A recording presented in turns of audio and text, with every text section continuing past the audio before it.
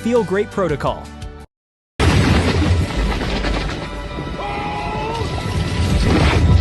Hold the line. Stay with me. Brothers, what we do in life.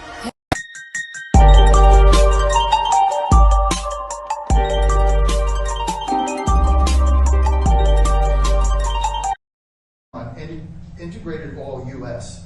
just announced record profits second quarter. Unbelievable. For Exxon, for instance, 14 billion highest they've had in over a decade. For Chevron for the quarter, highest in history. By 12 times. On the backs. You saw that? Yes. Yeah. I mean, it's unbelievable. On the backs. I don't like it. Workers paying higher gas. Yeah. Is our... They're making too much money. Okay. Based on a shortage, they're making too much money. I don't like it. And I should be the last one to say, because I'm a big free enterprise guy, nobody bigger. And, you know, you're going to see oil, when we're finished with Iran, you're going to see the prices drop through the floor. But they made too much money, too much money. Chevron, too much money. ExxonMobil, too much money. When you look at one company where they made 12 times what they made the year before, they're going to give some of that back to the public. And they better cut the retail price, the consumer price. Too much money. You're surprised I'm saying it? I'll say it loud and clear. I'm not happy about it. Go ahead. Go ahead.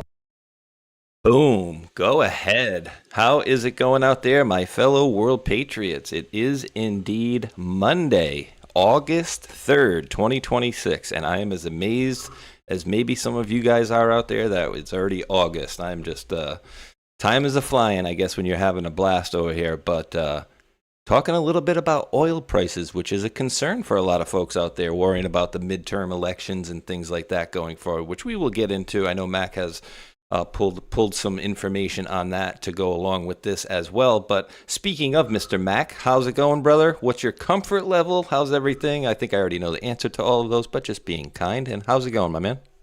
It's the same as last week. You know, we're doing well. But I voted for what President Trump's doing right now. I mean, sticking up for the consumer, they price gouging.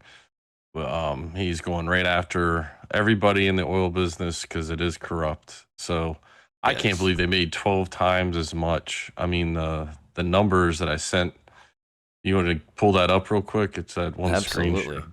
Well, it's crazy, dude, right? Before we even get into that, I mean, we had the lull between the, I'm gonna pull them up as we talk here, but like we had the lull in the war. Remember, like what, a couple months ago, it was like kind of like peaceful for like a month, right? And then the prices went down to what, $65 a barrel, and then the prices went down very, very slightly, but then again, not to the level that we think that they should have, like not even close, right? And so he said back then that they're going to be doing some sort of an investigation on it, and then you bring that forward to now, and I think it's kind of a repeats necessary thing going on, right?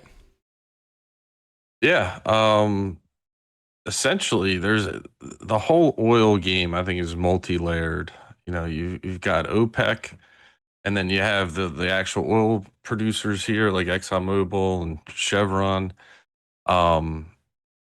They're being monitored because they have the Strait of Hormuz basically blocked, and they know, and they're tracking who's coming in and out. And we're producing a tremendous amount of oil right now. I think we're producing more than Russia and the Middle East, I think was what Trump said.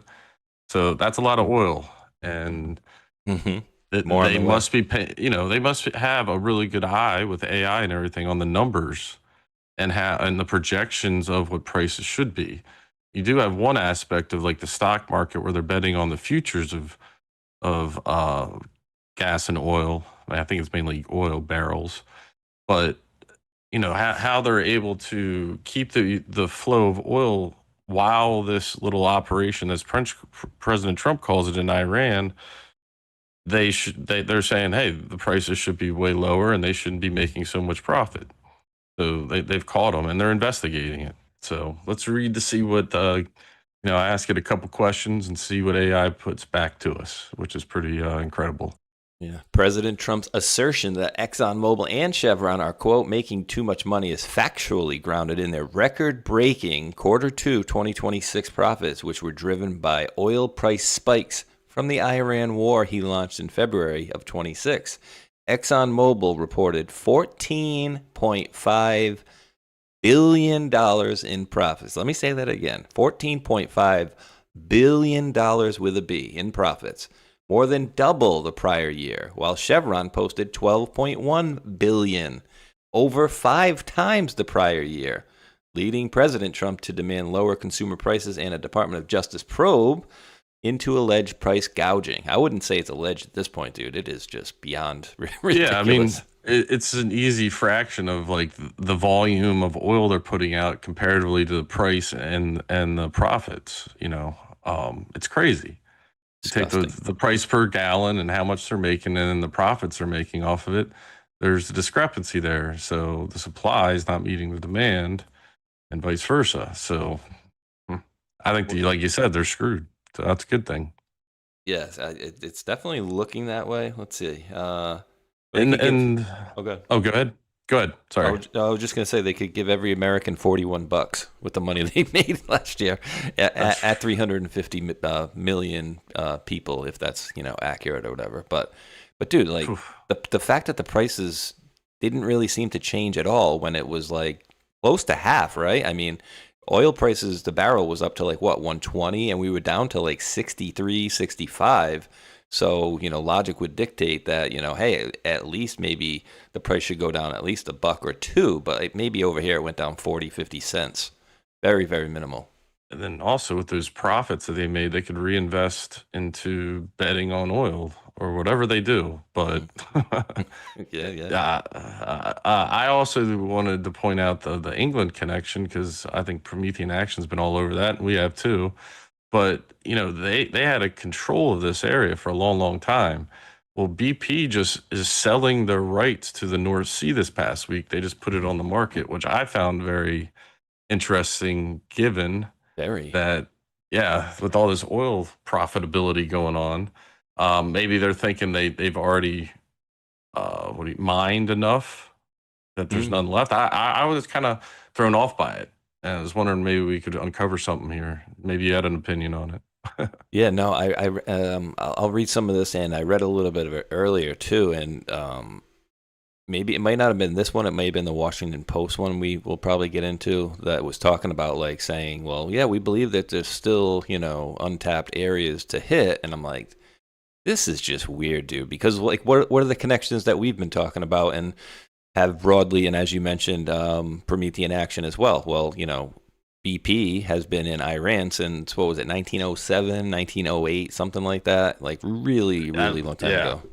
So, so this is weird to me. I'm looking at it going, well, this is one of the, largest companies out there, and it's like, they're just going to sell? That's very odd to me, dude. Very odd. So let's see here. It says when Queen Elizabeth... Okay. I think they said they're going to focus in on the U.S. and another country for oil now. It might have been Venezuela. Let's read it here and maybe it'll point it out. Sorry. Oh, no problem. Don't tell me Tiffany Trump's over here yachting. Tiffany Trump.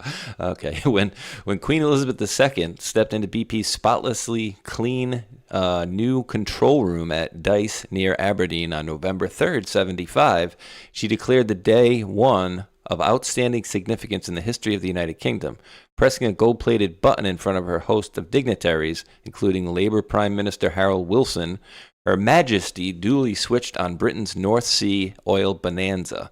So it's basically, it's their North Sea endeavors, not the whole BP deal, I think, altogether. But came out 5 years and 14 days after BP hit pay dirt when it discovered the vast Forties oil field on the UK continental shelf, 170 miles from Aberdeen. It was the first British oil strike in the North Sea. Now, finally, the assembled audience of drillers, mechanics, roustabouts, welders, and storemen who made it possible could expect the good times to flow along with the millions of pounds of black gold now being injected straight into the UK economy under the fascinating gaze of its monarch.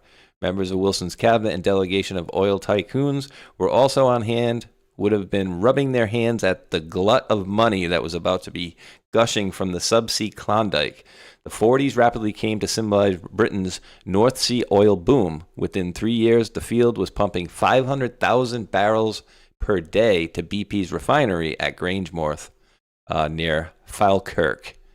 Wowza. The boom came not a moment too soon for Britain after the energy crisis of 1973 quadrupled the world oil price, and the nation would quickly come to rely on Brent crude to fuel jobs, tax revenue, electricity, petrol, and heating. The economy of the Northeast would change out of all recognition, too, as the old fishing port of Aberdeen transformed into the heart of Europe's new energy revolution. In less than a decade, thousands of people poured in from across the globe to stake their claim in this black gold rush. Many inevitably came from the oil fields of Texas, and Aberdeen would soon ring to the familiar sounds of American burger joints and helicopters ferrying oilies to and from the rigs in the foggy 40s. For years, Aberdeen was a boomtown which boasted the highest concentration of millionaires in Britain and was one of the lowest rates of unemployment. By 81, the UK was a net exporter of oil. As more big fields were discovered and other producers moved in, oil revenues poured the boom of the 1980s. Industry survived the horrors of the Piper Alpha, the threat of strikes and protests by environmentalists, and poured on. But the North Sea glory days are well behind it.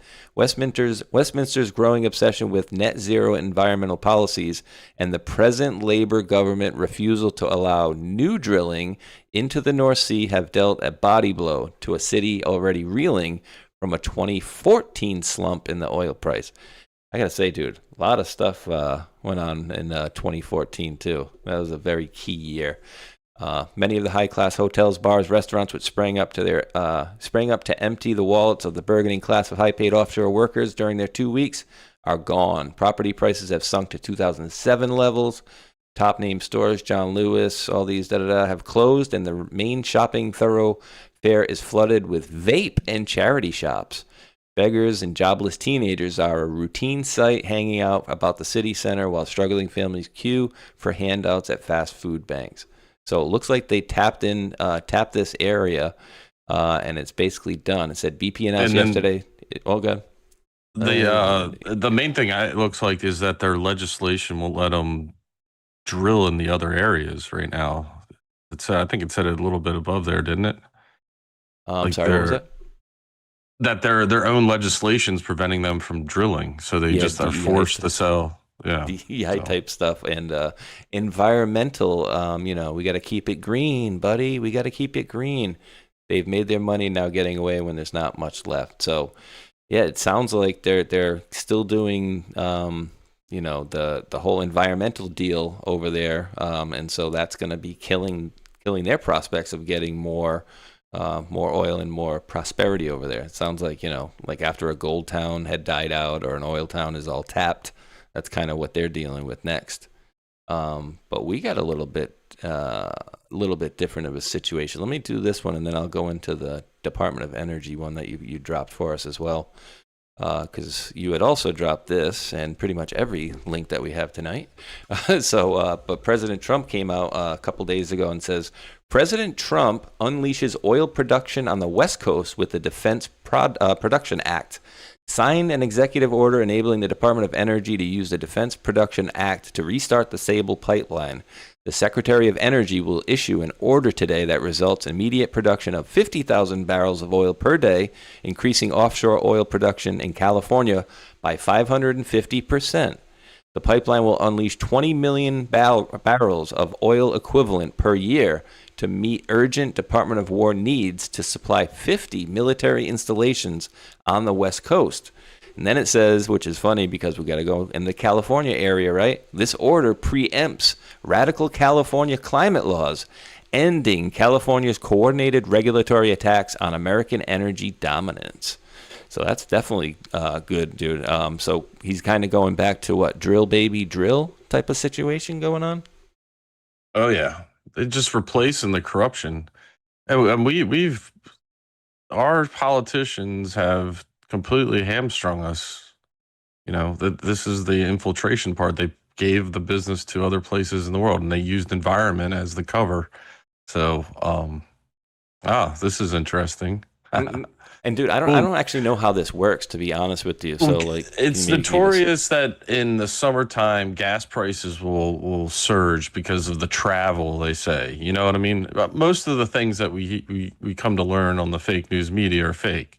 So they use this tactic, I guess, if you will, of inflating the story so that when it does happen, they're not shocked. So, I think a lot of what we're dealing with, as President Trump was pointing out, is corruption. So, I think he's proving everything Trump said has basically been right about. So, one of the things that he's doing is showing us and not just telling us. And a lot of people are fighting that. And then when he becomes right, we own him. So it's great. So what is it? You can buy, like, I don't get how this one works. I think you bet on it. You buy a yes for 17 cents, and then what, you can maybe buy like, $100 worth of yeses, and then if it comes through, you win 17 cents on each one. $17, or yeah. So you put I guess you put $100 in. I have no idea how this thing works, but I just know it's betting. but yeah, 475 and up. So 450, and as you go down to 250, 99 to no. So yeah, they don't think it's going to go down to 250, but yeah, it's out of control, and we're not seeing the difference. And again, I've said this is probably like the 10th time I've said this, but when we started this conflict in February, right? Like literally, I did a show, and then the show was over. And I went up the street and got gas, and I'm like, wait, the friggin' gas is like 30, 40 cents a gallon more than it was like, 5-6 hours ago. So when the conflict happened, they immediately, boom, jacked the prices up. But then always when the conflicts are done, it's always like, all right, we'll wait a few weeks or whatever, if it ever even does go down at all. Well, which is not the case now. It has not gone back down, and he's making a big deal about it and then putting out the DOJ investigations on the situation, which I think, dude, it's at the end of the day, when you're looking at, at that much money that these people are making here, I mean, what would you say? 14, and, I hesitate to not say it. That could pay for a lot of influence, Dude, a lot. I mean, but like, just think between the two, just two of these companies, right? That's $26.6 billion in profit that they made. So again, I don't want to sound like a broken record, and I'm not trying to treat people like they're children, but like a friggin' $1 billion is 999,999,999 plus one. They made 26 times that last year. And no, it's Trump. It's Trump with the oil prices. It's him.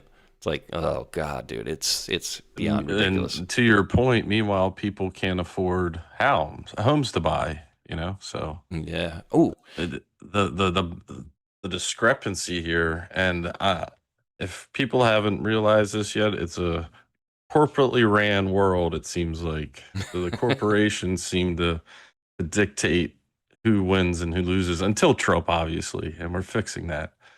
So very corporately. One thing I've always said: people die, but corporations live on. It's pretty crazy. Spot on, dude. Yeah. So it becomes like an ideology almost, and some people treat it as like a religion. It's like, it's not the way it's supposed to be. So hopefully we're in the process of fixing all that as well.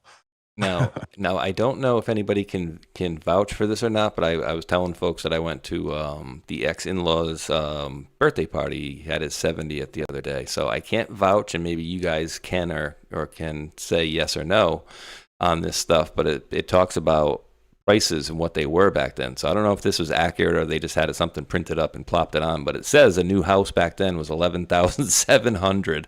A new car was $2,000. So I think that is about right, because I do remember the car prices being around a couple thousand.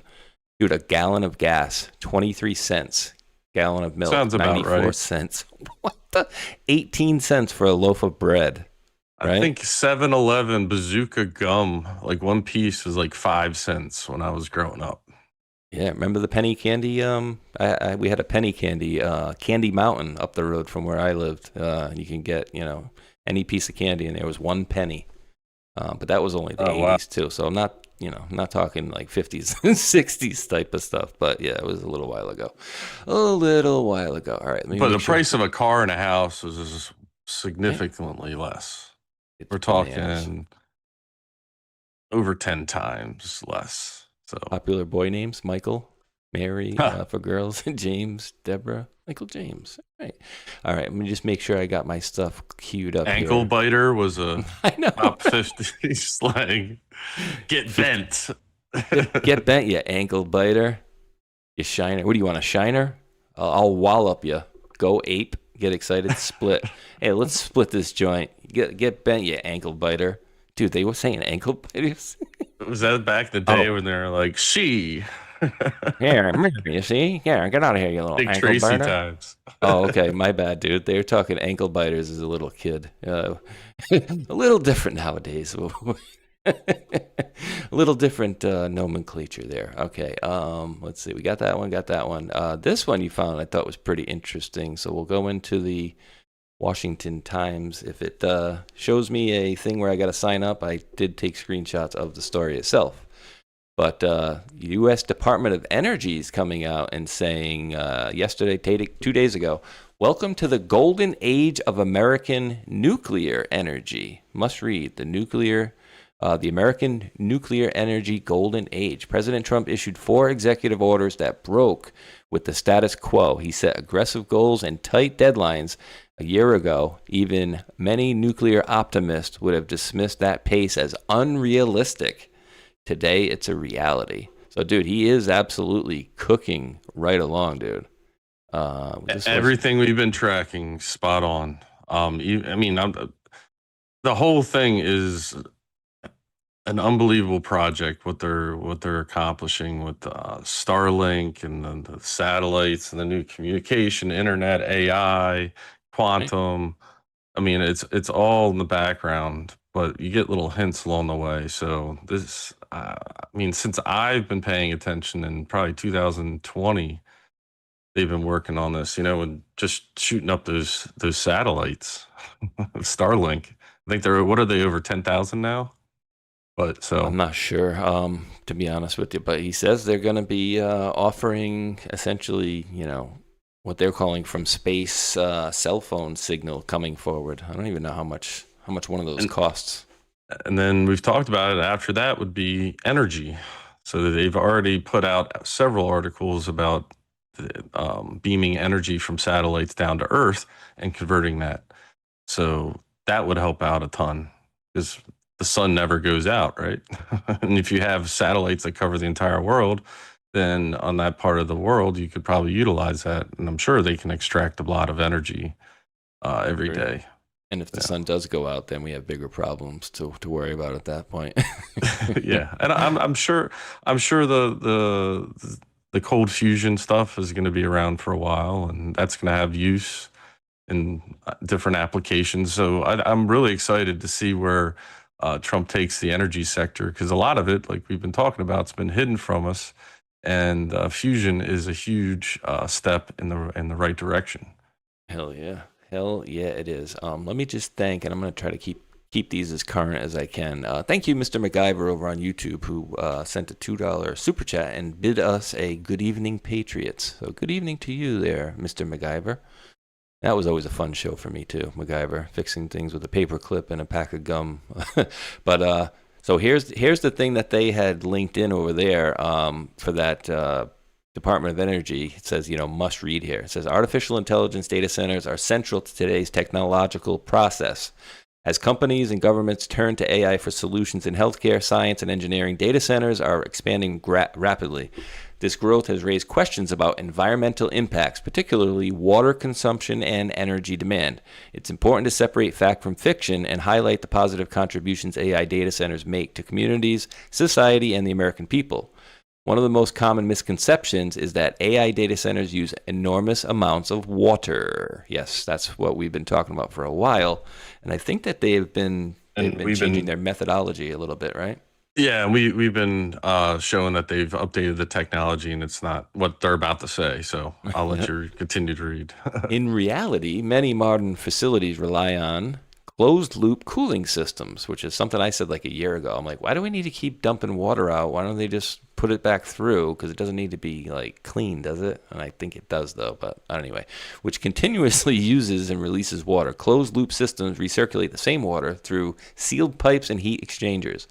The design minimizes overall usage and often puts AI data centers among the most water efficient facilities. Closed loop systems also operate independently of drought conditions or water restrictions, reducing strain on local supplies and supporting responsible resource management. Another frequent concern is the potential strain data centers place on local power grids. In response, developers have adopted President Donald Trump's historic Ratepayer Protection Pledge, a commitment to fund new power generation and transmission upgrades themselves.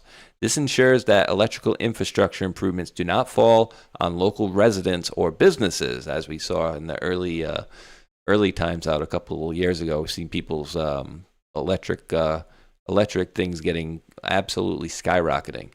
By investing directly in grid expansions, data center companies help ensure reliable power for the entire community. This pledge reflects a broader philosophy of partnership. Data centers bring jobs, tax revenue, and economic activity while also taking responsibility for their own energy needs. Real-world examples illustrate how these commitments translate into community benefits. In Ohio, Department of Energy land is being revitalized through a combination of Japanese-financed power generation, thanks to President Trump's trade deal with Japan, and privately funded grid improvements. These investments support construction of state-of-the-art AI data centers without burdening local ratepayers. The results include lower power bills, more reliable grid, higher local tax revenue, and thousands of high-paying jobs. In Indiana, a major AI data center funded new transmission lines and substations.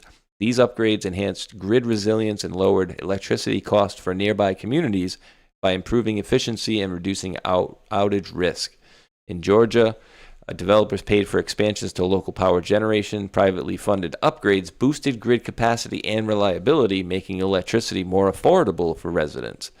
These examples show that when data centers pay for electrical infrastructure, they not only support their own operations, but also improve quality of life for surrounding communities. While infrastructure benefits are substantial, the greatest value of AI data centers lies in the breakthroughs they enable. AI accelerates progress in healthcare by helping researchers analyze vast data sets, identify treatment pathways, and develop therapies faster than traditional methods. Hospitals use AI-powered tools to support diagnostics and personalized patient care.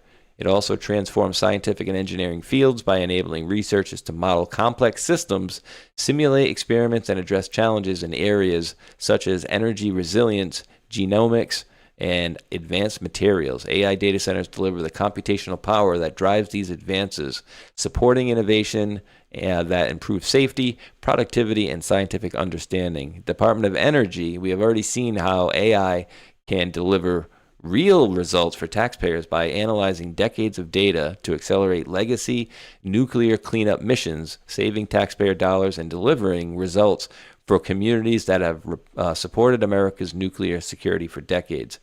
AI data centers are far more efficient and responsible than often portrayed. With closed-loop cooling systems, they minimize water usage and set a high standard for sustainability. Through President Trump's Ratepayer Protection Pledge, developers privately fund necessary energy infrastructure, shielding hardworking Americans from rising costs. Dude, this is wild, and I'm wondering who wrote this, because if you notice, it Go says to the bottom. Oh, yeah, but if you notice, though, like it says right here, it says over here at the DOE, and I'm like, wait, so the Department of Energy apparently wrote this. Timothy J. Walth, Assistant Secretary, DOE, Office of Environmental Management. Interesting, right? And you know why else? What kind of tipped the hat to me was this. Washington Post, generally, you have the paywall. That's why I took all the screenshots just in case on my phone.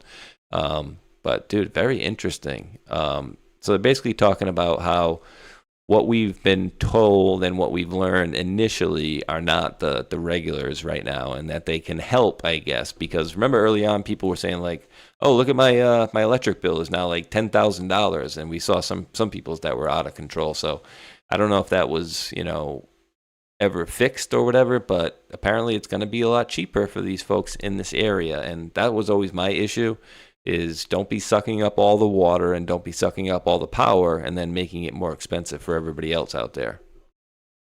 Let's see what else we got. And I think President Trump's also cleaned up I guess you would call it fraud or selling away our energy to other countries.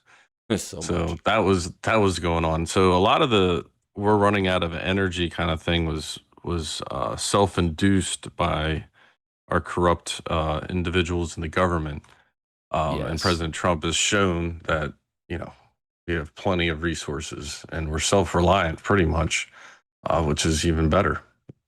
Well, yeah, I mean, well, you got, what do you call it? As soon as you have Biden get in there, right? They're like, oh, wait, we gotta, can't have that pipeline going. We gotta shut that down. And then all these other things that President Trump was having them do, it's literally the opposite, right? And so that's why we talk so much about wanting to get like a super majority. That way we could pass laws, not executive orders, that can be overturned easily, Yeah, the pause was like I think used to wake people up in a tremendous way. If Hillary had won, a lot of us wouldn't even be here. But if Biden won, they fake won.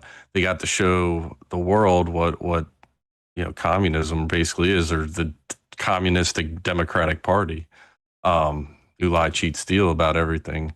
Do you want to go into the part about how we got into the PEDs and everything? It kind of the screenshots. I got COG. Let me see here. The first the one that says in a hypothetical scenario. So I asked the AI and it really broke it down well. Confirmed a lot of stuff. You got that one. There's another one here. That one. Let's start with this one here. I got this one. So yeah, just let me know, because I got 3 of them up there. Put in the chat. Go down. I highlighted the one because it says in a hypothetical scenario. It's none of those. No? Okay, hold on. I got them all there. In a hypothetical. Hold on. You telling me you got one in there that I didn't see? Possibly. Let me see. Let's click on that. Then. All right. Let me just pop this over. 1 second, ladies and gentlemen. Sorry about that. No. It's good. It's good. Make sure we get everybody a fulsome deal here. Here we go. Make sure we get the full story. There we are. All right. Immediate activation of continuity of government. Oh, we touched on this a little bit yesterday too, and talked about how you and Lisa were doing the the devolution type stuff for quite a long time ago. And so the whole thing does end in devolution was just like a word in there that explained how if once continuity of government occurs, there has to be a shrinkage because continuity of government is only so big. There's all this classified stuff surrounding continuity of government, but to start or trigger what ended up happening with continuity government was COVID. Oh, yeah. So you remember that graph you were showing with April 2020, I believe? He called the Trump left office or whatever? They said and so that's when he handed it over. That's when COG occurred. And I've got a clip here that he even talks about, which is crazy. This one right here, this video. So do you want to start reading here? And then, so what ended up happening is we got attacked essentially on an election year. So President Trump was allowed to use the PEDs, the Presidential Emergency Action Documents. In that, there's a lot of classified stuff. He can invoke the Insurrection Act. He can suspend habeas corpus. He can do a lot of stuff that we don't know about. But if they said on that graph that he left April 2020, I think we all got a month off in like March of 2020. So there was a certain period of time where they had to address whether or not it was a national threat. If a lot of people could die. And if a lot of people could die, that kind of falls into the nuclear category, is the casualty risk. And so that triggered it. And then we had to go to the election. There, we know that in 2020, Space Force was overseeing the elections with CISA. That was And 21. You're right, dude. It was 2020. I was just like, what the yeah, hell? yeah. So it was all had to do with this COVID. It was an attack on our country. So by doing that, he handed essentially the government over to continuity of government. I always say the military, but that's not what it changed since Lincoln. Lincoln used habeas corpus, handed over the government to the military. In this particular instance, I don't think President Trump had to do that. And if you, I don't know where we are, the primary protocols, there is a part in there that says, if you read the text part in a hypothetical scenario, did you see that? You want me to read it? I can do it. Let me see if it's the next one. Is it the next one over here? Because I got these two right here. Role of the military. This one. Oh, I don't think it's on a screenshot for some reason. It's military. I don't know why, but I just copied it in a hypothetical scenario. Weird. Yeah, it's got to be this one right here now.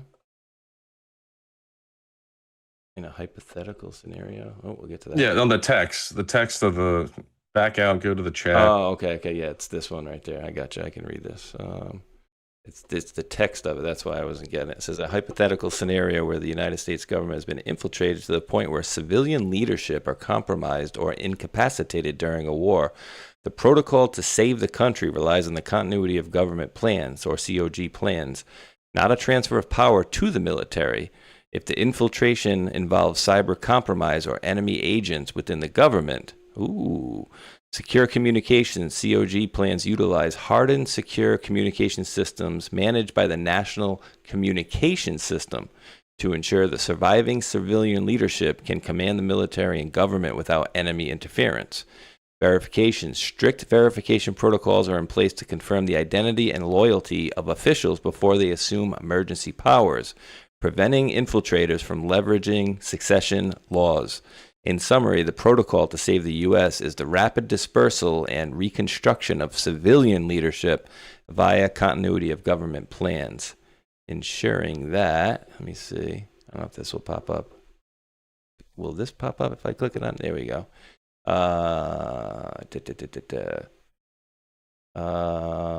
Ensuring that is rapid down the bottom. Yeah, ensuring that constitutional. Oh, you got it. Constitutional reconstitution of civilian leadership via constitutional COG plans, ensuring that the constitutional authority survives the direct military and the nation. Dude, and then we talk about what do you call it? So designated survivors. The designated survivors, but then you've got Trump is the civilian he's the president, so he then takes charge, and Northcom is like answers to him. I'm trying to see if I have that part here. It's extremely interesting stuff. Very, very strenuous reading of through stuff. There you go. The Northcom. So the military does not assume political power. Its role is strictly supportive and defensive. Execution of orders. The military executes orders for the highest serving civilian authority, the president or their legitimate successor. In this case, it would have been President Trump because he did it prior to the election. Under U.S. Northern Command, Northcom, the military secures the nation against external threats and may assist in maintaining domestic order if authorized by civilian leadership under the Insurrection Act. Now, he did different ways of using that, like the National Guard and stuff. You remember? Oh, like all national emergencies. So there's several different ways. He may have declared the Insurrection Act after January 6th, based on his testimony telling everyone to go home peacefully. And because of the PEDS Act, it would be classified. We wouldn't know. So no automatic takeover. There's no protocol for the military to declare martial law or seize power on its own initiative.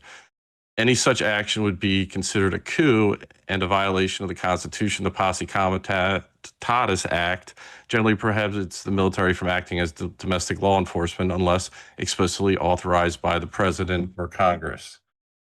It goes on to, the national communication system. We're seeing that being revamped. I would say through satellites, but I think that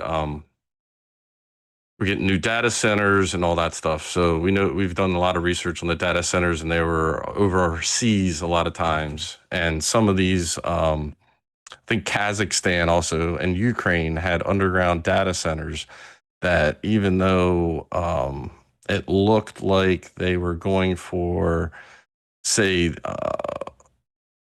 something like the virus, they also had to get the data behind all that. And so the data centers are very important. Now, what are this is going back to 2020. Because we were talking about like the ultimate, goes to the civilian thing. So you were talking about like civilian power, and I just brought up just an article talking about when Ezra Cohen Watnick made that speech where they basically says Pentagon shakeup means more civilian oversight for special operations, and we all thought that was kind of like, I don't know, odd, but like definitely noteworthy that he had that little speech there with Chris Miller in the front row. Remember that whole deal? Oh yeah. So I don't know if that had anything to do with, because this was shortly before that. You know what I mean? So it's November of 2020 as well. So now go to the bottom of the chat real quick. There's a Glenn Beck interview with President Trump, and he talks about basically continuity of government. It's EO, Executive Order 13961, DEVO EO is what it's called. Establish a committee tasked with coordinating the implementation and execution of continuity plan. And President Trump, back in, what was the date on this? I'm not sure when he gave the interview, but go ahead here, play the clip, and you can follow along that President Trump's letting us know that a committee of people are running the country. Who's actually the president, Mr. President? Well, I think it's a committee of people, and they might not even know who the committee is. They may not even know themselves. Does that make sense? It's a group of people that are in different levels of D.C., and they surround a man that was not the most capable person. By the way, never was. Right. But certainly not anymore. Yeah. And she's worse than he is. She's worse than he is. And the difference is she was a believer. She was a believer for a long time. She was a Marxist for a long time. She's further left than Bernie. You've heard that many times. Yeah. Talk about it. But she's further left than Pocahontas, okay? Pocahontas is probably further left than Bernie, I think. I don't know how you rate him. I'd have to go by your scale. I believe in your scale maybe more than mine. You know better. But if you think about it, we have some people, and she is considered the most left in the entire Senate, and not the smartest. Not the smartest either. Yeah, so he's basically talking, and so people would listen to that, right, and say like, oh, well, he's just talking about like the Biden administration, and I think he weaves, we know he weaves topics and conversations, and I don't know, he could be talking about either or both, but I get a feeling he's talking about what we're talking about. He was giving us a nugget, and then he deflects away not to get too much detail. So that's kind of how he wove that particular comment into, he gave us that little bit that's continuity of government. If you want to click on the link on the EO, it'll show you exactly what it is, so people can put a executive order with the hell. How do I get out of this? Scroll to the bottom of the little box. See the box? Oh God! Dismissed for 30 days. Jeez, it was like telling me. And 13961, governance and integration of federal mission resilience. Interesting. I got a couple screenshots on that post that I don't know. They're too small. It's tough to read. But Section 1, it's the policy of the United States to maintain comprehensive and effective continuity programs that ensure national security and the preservation of government structure under the United States Constitution, in alignment with Presidential Policy Directive 40. And it goes on from there. Section 2 is continuity of operations, continuity of government, and enduring constitutional government. It's right at the bottom, very last. No, of that section 2. It's the last, and then section 3, the first line. So if you want to, it's the Executive Committee. A, the Federal Mission Resilience Executive Committee or Executive Committee is hereby established. And that's the group he's talking about. Yep. Ooh, Secretary of Defense, Secretary of Homeland Security, Director of National Intelligence, Assistant to the President for National Security Affairs, another Chief of Staff, Assistant to the President and Deputy Chief of Staff of Operations, Director of Office and Management Budget. Was that Russell Vought at the one point? When issues concerning science and technology, including communications technology, are on the agenda, the Executive Committee shall also include the Director of the Office of Science and Technology. The heads of other agencies and other senior officials shall be invited to attend meetings as appropriate. Interestingo. So yeah, I mean, dude, they've been doing so much shuffling around, and I don't know how many executive orders this old chap has written, but a lot. But and again, for me, the most interesting ones are the ones that somehow, the ones that you'd think that they would want to not re-up, Biden somehow, or people in that administration somehow had reauthorized them every single year. And it's like, and notice that date. Not to. Oh, December 7th? Yep. 2020, right before COVID. Absolutely. And then you go to the chat, and just the last little thing on this martial law thing, it's called qualified martial law. If you click on the little tab thingy, and then this is what Google popped out, and I forget what question exactly I asked, but it's pretty on point to present day what President Trump pretty much has done, and it explains it well. All right, let's see here. Qualified martial law is a legal situation where the military is deployed to restore domestic order, but civilian government and courts remain open and fully functional. It is the exact same concept as martial rule, serving as the legal middle ground between standard law enforcement and total absolute military rule. The primary legal characteristics, boundaries, and historical context of qualified martial law include military as support. The military acts as an aggressive law enforcement asset to quell riots, enforce curfews, manage disaster zones, but it operates alongside civilian leaders rather than replacing them, like we saw in California. No military tribunals. They deputized the National Guard and all kinds of stuff. Go ahead. This one says no military tribunals because civilian courts are still open. The military cannot put citizens on trial. Any civilian arrested by a soldier must be handed over to a local police and tried in a standard constitutional court. So that's a little bit different than what we'd be dealing with for sure. Then that portion goes to the Law of War Manual, and we're coming up, I think, on end of occupation. We've talked about January 2021 when the National Guard came in. It was a transition to military power. That was, I think, 11.3. And then the Law of War Manual, if I'm not mistaken. And that starts occupation of a belligerent entity, I'll just say. And coming up some point here in the near future, I'm getting the comms for it. I don't know if it's the midterms and how they pan out, but end of occupation would be, I think you're about to explain it. So it would be basically citizens replacing the military in power, and we continue with a new constitutional republic again. But here, go ahead. I hope so. Let's see. Constitutional rights remain. Ordinary citizens retain their constitutional protections, and federal or state laws remain the supreme law of the land. The military cannot invent new laws, clearly. Let's see. The strict U.S. Supreme Court boundary. The term and its strict limitations come directly from U.S. constitutional law history. The open court rule in the landmark 1866 case, Ex parte Milligan, the Supreme Court ruled that absolute martial law is unconstitutional if civilian courts are open, the legal compromise.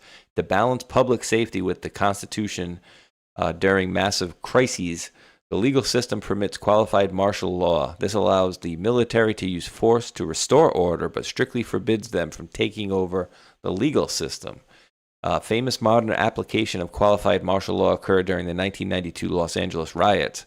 The governor of California and the president deployed the National Guard and federal troops to patrol the streets, enforce strict citywide curfews, and stop looting. However, the mayor of Los Angeles remained in power. Local police departments still operated, and everyone arrested was processed through the standard California court systems. Don't do it. Don't do it, Dad. Do what? Oh, that's a funny for later. Oh, that's hilarious. Oh my God, that guy is. Oh, we'll wait. Dude.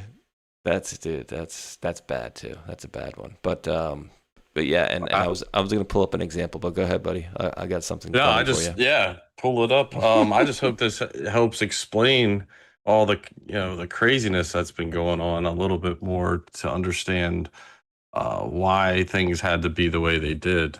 The pause being those 4 years where fake Biden was also a sting operation. It was a trap. I always call it the trap, and it's still going on. The trap. So we had multiple elections. We had a lot of fraud.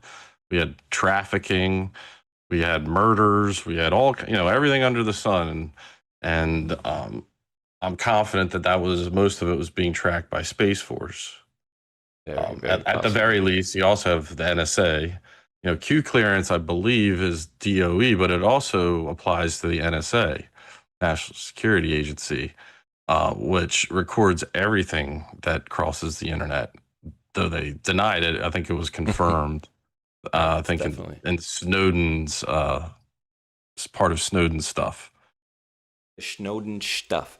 And so this is for anybody that may say, like, I don't know if Trump did anything like that, or if he's even considering doing martial law or continuity of government or anything along those lines. Here we have a post from June 25th of 2020, where we have an amendment, H.R. 7297, to amend Title 18 United States Code to prohibit the use of an armed force under the jurisdiction of the Secretary of a military department as posse comitatus or otherwise to execute the laws and for other purposes. Okay.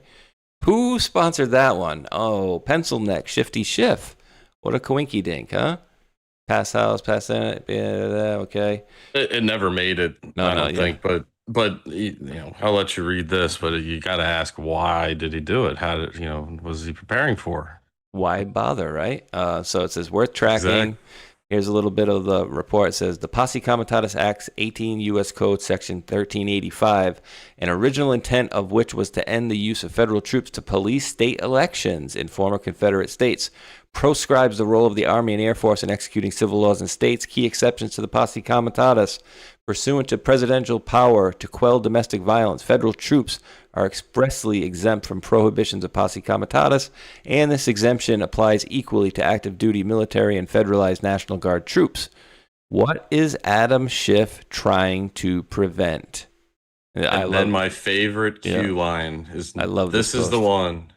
Right, because it is. It's all very, very poignant, and we haven't let this go. As you guys can see, we're still talking about it. So back in 2020, they said everything you are witnessing, past, present, and future, centrally revolves around the sting op. Presidential election of 2020. Win by any means necessary. Self-preservation.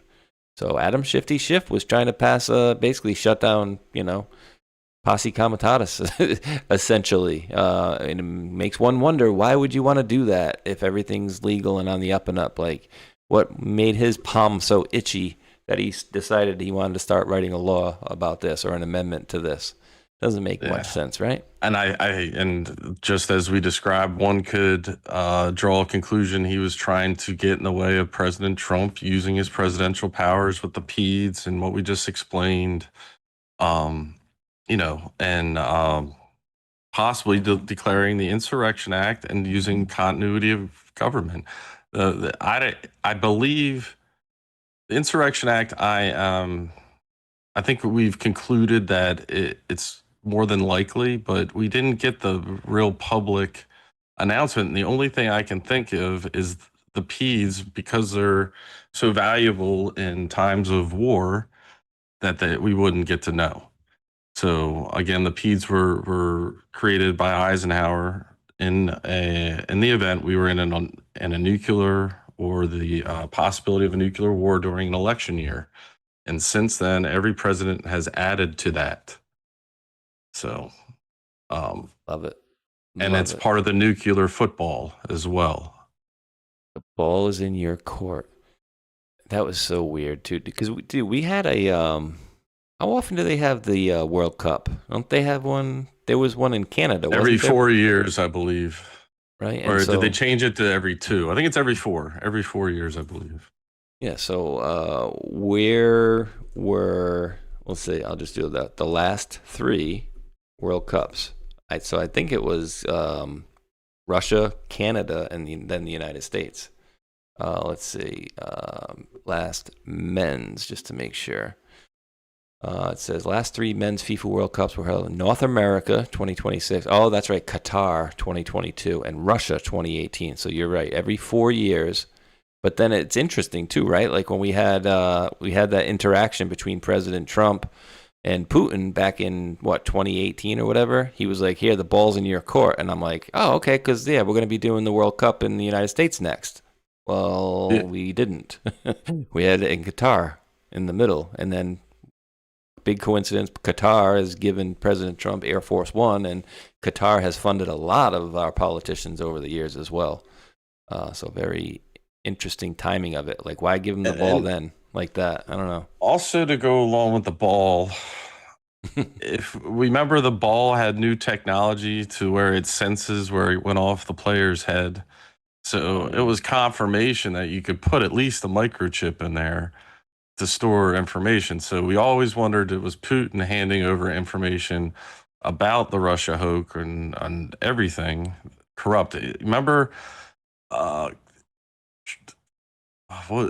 everything revolves around the Clinton machine is what President Trump has told us. He hit a timestamp today. I don't know if you want to go over that. Yeah, absolutely. Let me get that. The Newsweek one. And it involves a speech. And the speech we always talk about where the military comes up behind the military intelligence. Let me see. Is it the 2028 one?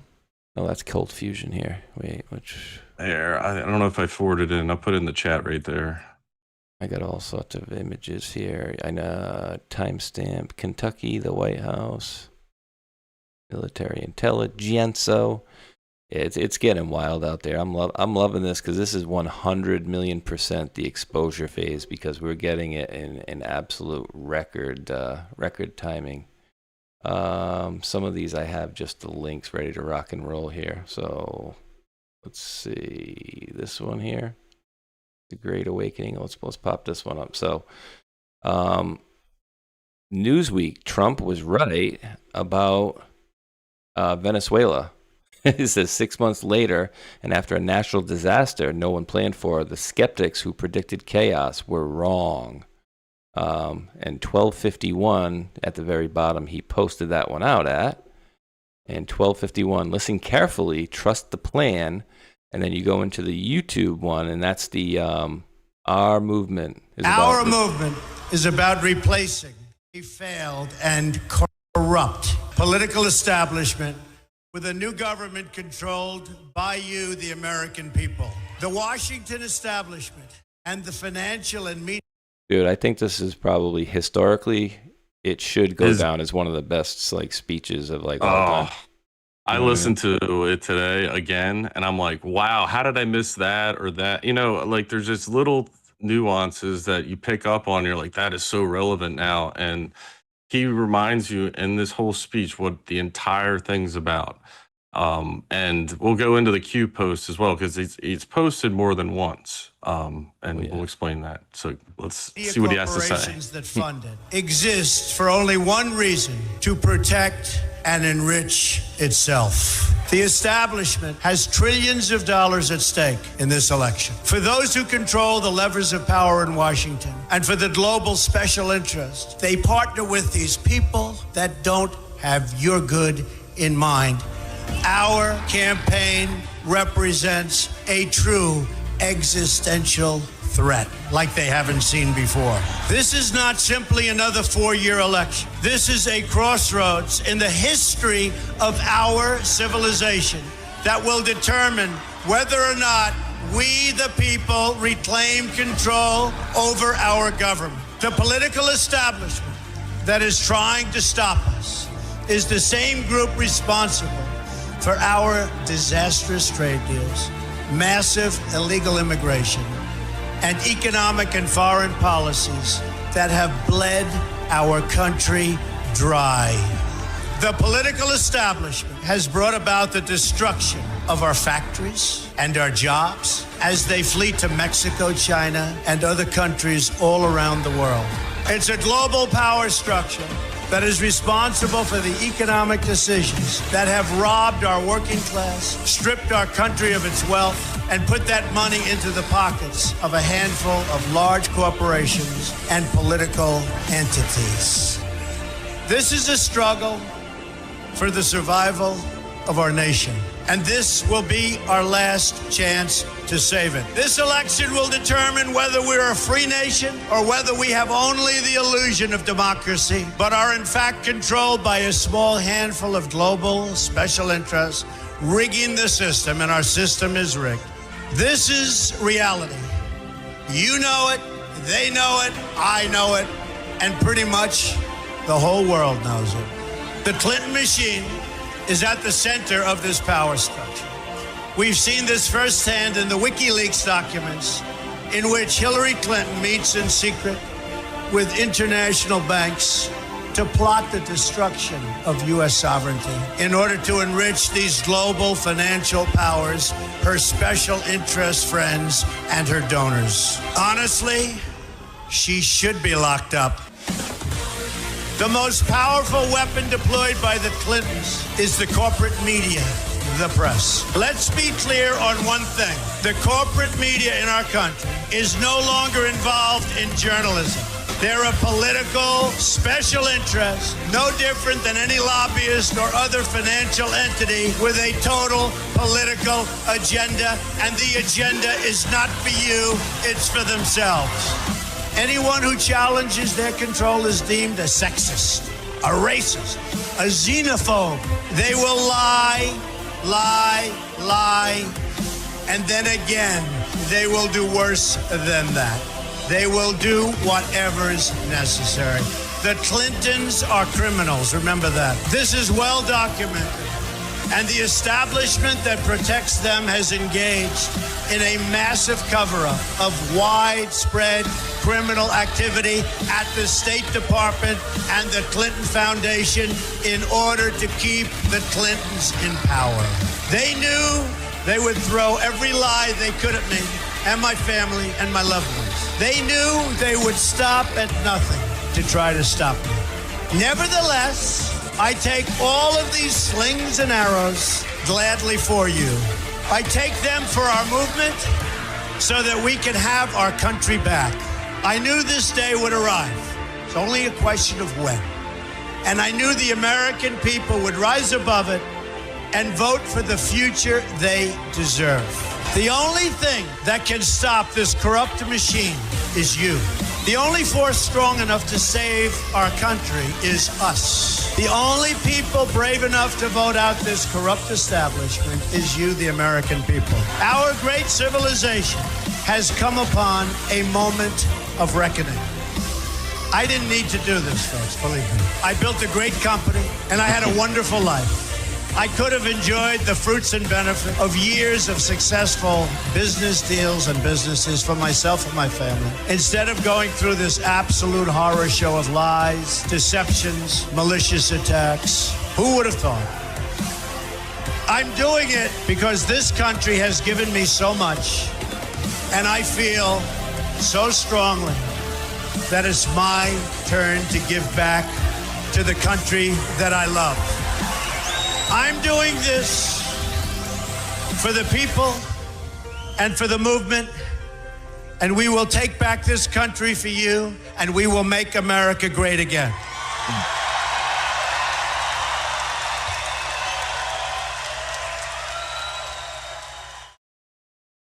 Dude, it's so on point for all the things that, I mean, all the policies that they just ruined our country with, like moving all the friggin' manufacturing out. Well, he's moving it back in. That's just one piece of it.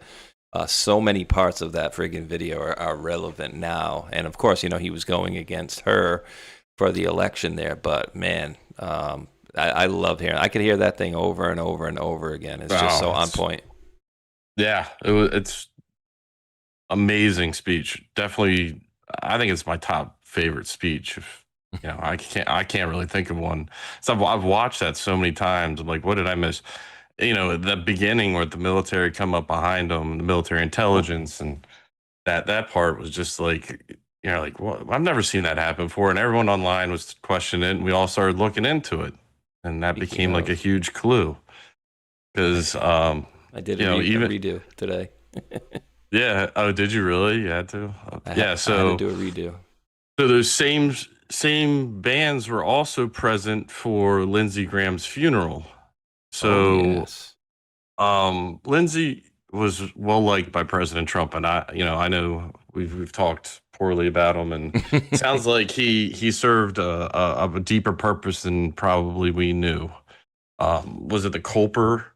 I always reference that because it was brought up by the CIA fairly recently to Lindsey Graham's death. What's it called? The Culper something? Yeah. And so it was basically a triple agent. He would go and act like he's part of the other side and then report back to the good guys. So, but I do have his funeral casket so you can see. Bing. There we go. There you are. There you go. Yeah. One of them there. And, you can't really see it too well. Back of the casket's the military intelligence. Was it this guy here? Oh, back there. Yeah, let's see if I can find it. Is that my picture that I sent? Or yep, that's the one that you. Okay. One of the. Dang, ones it didn't come out very colorful. Well, this one is. Yes, correct. That's how we. I mean, early on, Anon's much sharper than myself. Said, wait. Obviously we have a lot of military and former military people in our movement altogether, but like they quickly realized that, the images on here actually mean something, right? The colors actually mean something. And this one particularly is the Military Intelligence Corp. And as you guys saw in the previous video that I was putting on my X earlier, military intelligence over there. And then if you go to the other side, this dude, I'll just pull them all up, both up at once. The black band, I believe that's black, is the Judge Advocate General, and Lindsey Graham was an attorney. I think he was a JAG as well, wasn't he? He was a colonel as well. In the is it the Navy? He was National Guard, I believe. But he got to colonel. That's pretty high up. Yeah, pretty damn high up. So. And the casket did not look very wrinkled, especially compared to like Herbert Walker Bush and McStain. Those things. It was tucked and very neatly tucked, and it seemed not wrinkled like some of the others. And also listened to President Trump. He did, he made some jokes and stuff. Lindsey always loved a war, which is true. So he liked the guy, said he did well. I really don't know in the end what the history books are going to say, because he was McCain's right hand man. He's a warmonger, as President Trump always would call, like, was it McCain's daughter? No name. She's a warmonger. So I don't know. In the end, I think Lindsey served a good purpose for Trump. Yeah, and for the country, hopefully. There's some funny memes of Trump touching the casket, and then like some demon comes out of it, like wearing. it was pretty nasty, but yeah. So we'll find out. Maybe again, he was travel buddies, we can say, I guess, with Mr. McStain there when they went over to Middle East and Syria and met with the ISIS leaders and whatnot. So you wonder, right? Like after they removed McStain from the playing field, which again was co-signed by McStain's daughter. Well, you can't kill my father twice, and then Kasich saying it's been 24 or 48 hours since they executed John McStain. Oh, I said it. Damn it.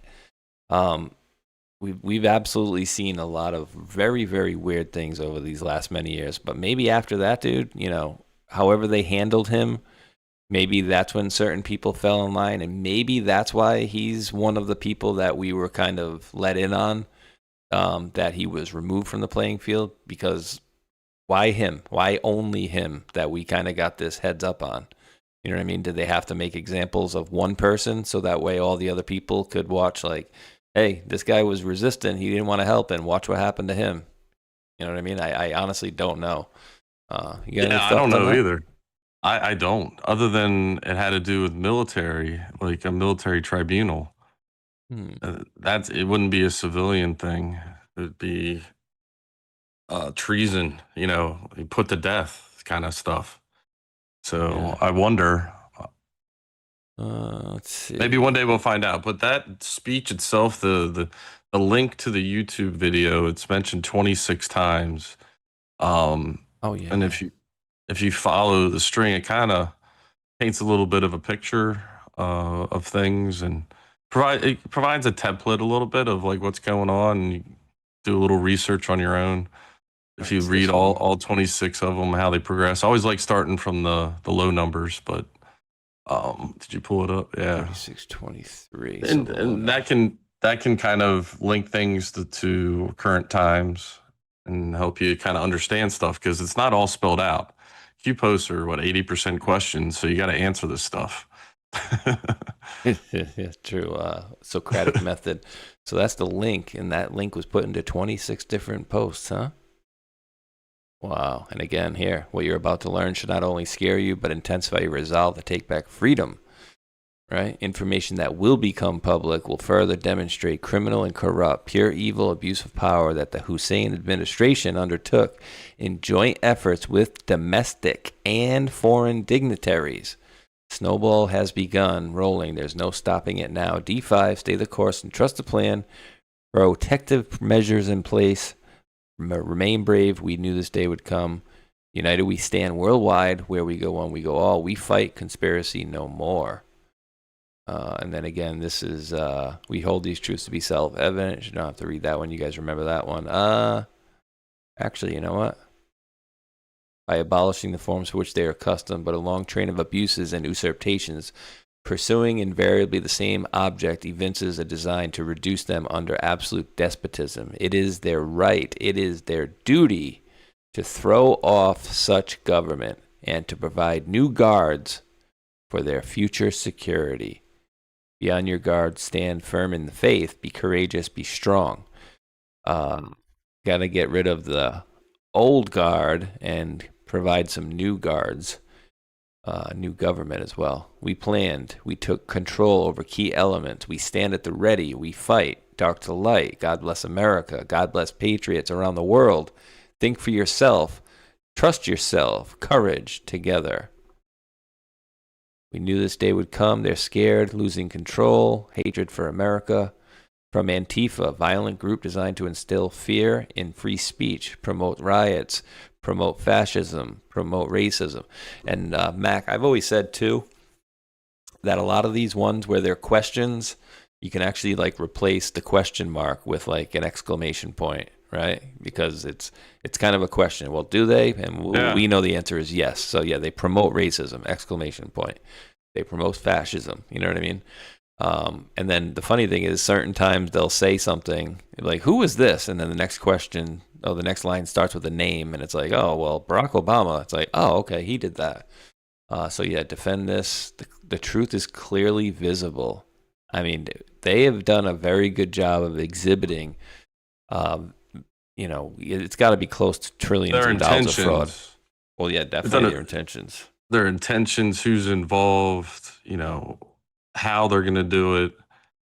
It's just our job to identify. Communism's, symbolized, mentioned all over Q posts. I mean, Antifa, socialist. Was Nazis. Nazism ever truly destroyed? Right? Because when we see the and that video was so damn funny, that Nazi just rolls off the tongue. Nazi, Nazi, Nazi. But you see the Antifa and the anti-fascist thing back then. It's like, how do these people not see it? And I even send these to some of my Democrat friends, and they're just like, "Oh, see, they had to be around for." And I'm like, "Wait, how do you not see it? How are you making excuses for this stuff?" And it's just amazing to me that people can't wake up. Let's see, Rally Red October. And you got certain people out there lately are pushing it's going to be a Red October, like the economy is going to shit the bed or something along those lines. So we should expect a lot of information coming towards midterms. So we'll have a progression coming. I don't know if it'll end in a flood. I'm hoping, because you always have the October surprise, Oh, so yeah. you wonder what President Trump's got up his sleeve. Ooh, you had one on these today too, huh? Well, we got a little image there, but also some bing, bing, bing, bing, bing, bing, boom, boom. Yeah. So, just wanted to, reiterate that speech, how much it was emphasized in the Q drops. And, if anybody's interested, is new to this, you just go to the website. I think it's qag.news or qalerts.app. I prefer the search engine and Q Alerts, but I haven't used qag in a while. And you just kind of do your own research. You're interested, it'll help you learn more. We've given I think some huge clues here to also understand what the Q drops are saying. Absolutely. Well, here's another. We're all one trying to understand it, right?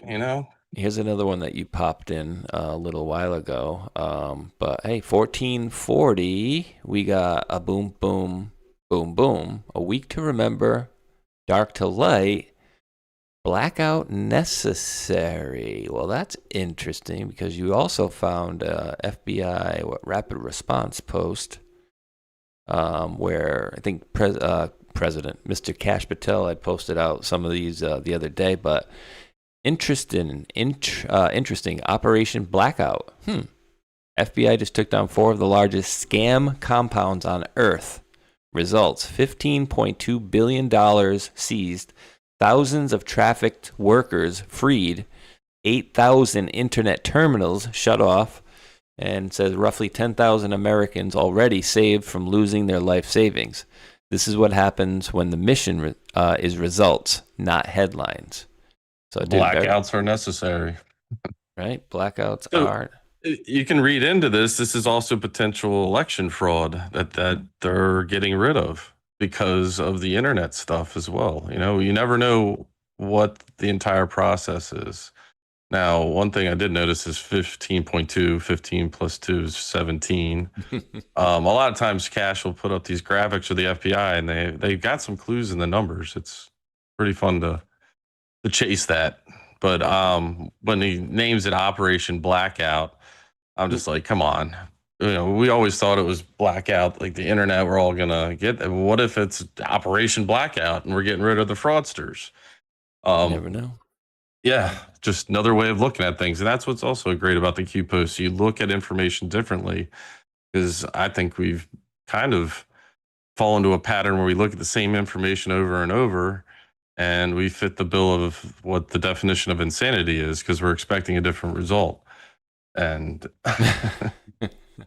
the old Einstein quote, but, I look at this stuff, and if I can't get to extract the information, I'll try a different avenue to see if there's a link there. And AI is great for that now. You used to have to sift through articles and documents, and Dude, brutal. What's funny too is when you try to ask it about like to prove or disprove Q, and then it tells you like, oh no, it's like a conspiracy theory. Well, what about like these deltas, like where they post this number on this thing, and it's like, yeah, but that's coincidental. I'm like, yeah, well, what if that coincidence happens hundreds of times? And then I like lay out, and it's like, well, yeah, you got a kind of a point going there, and I'm like, you just can't say it, right? You just can't say there's any credibility to it. So it's funny. It's but it is more prone to lean towards listening to us now than it was before. That's going to be one of the big if they reveal, the truth of Q of actually being a military operation, that's going to be like, a big reveal. Hell yeah. I don't think Huge. we're going to find out through AI asking the question. So I'm sure there's, through this continuity of government, they're going to have parameters on the information. There is propaganda, because the Smith-Mundt Act allowed by the bad guys, but the good guys are also using that probably as a weapon to catch the bad guys. So we're just caught in the middle, and we've got Trump and team and Q to help guide us to what is true and what's not. There are some discrepancies, which I'm sure we're going to be getting into later on the show, about interpretations of certain things and where it may lie on the good or bad spectrum.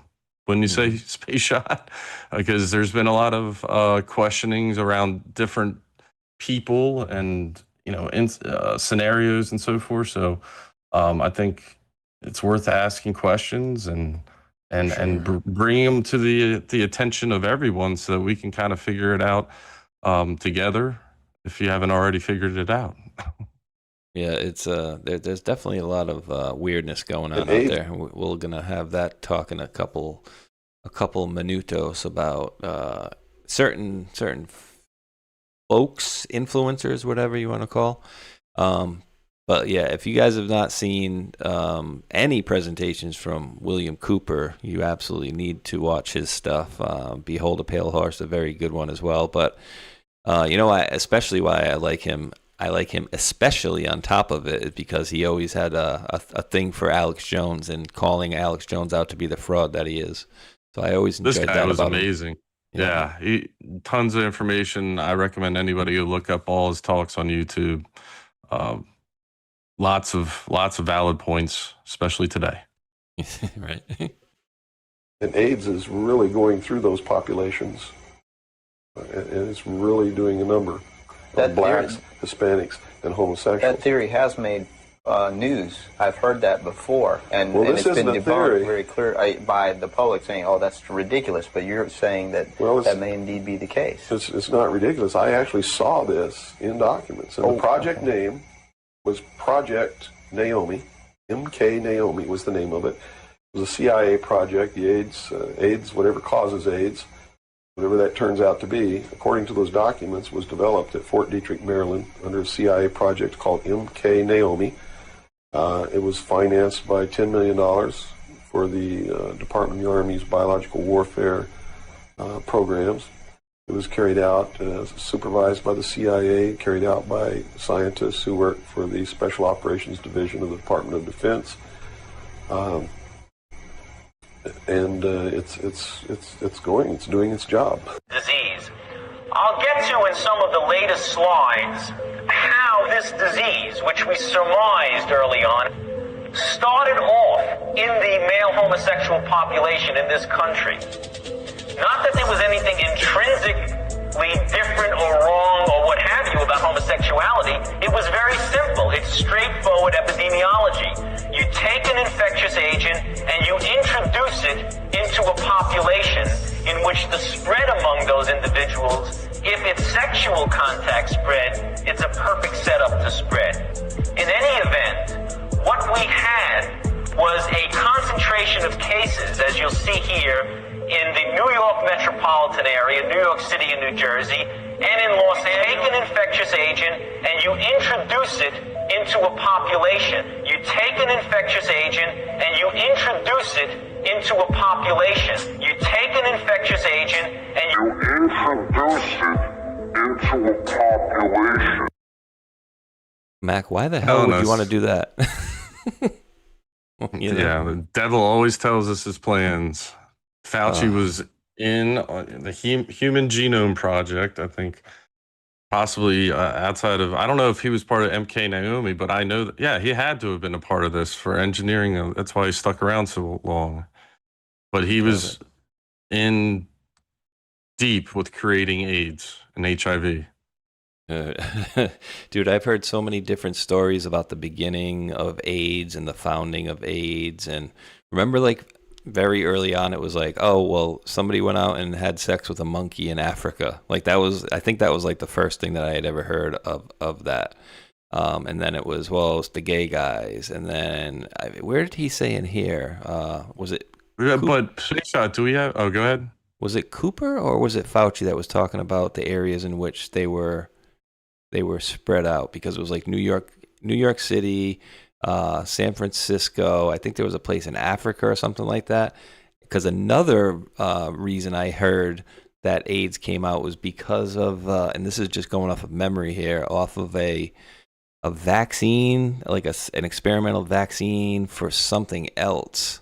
That is what actually gave people AIDS, and it's possible. I'm drawing a blank right now, but go ahead. They could have done it through transfusions as well. I know a lot of people got HIV through transfusions. So were they, not from other patients, but tainted blood that was put in there, like infected, like they did it on purpose. So, we went through COVID and the jab, so we've got plenty of reason to question all this crap that we've been through. I just posted, another example. People might say, no, that's not possible.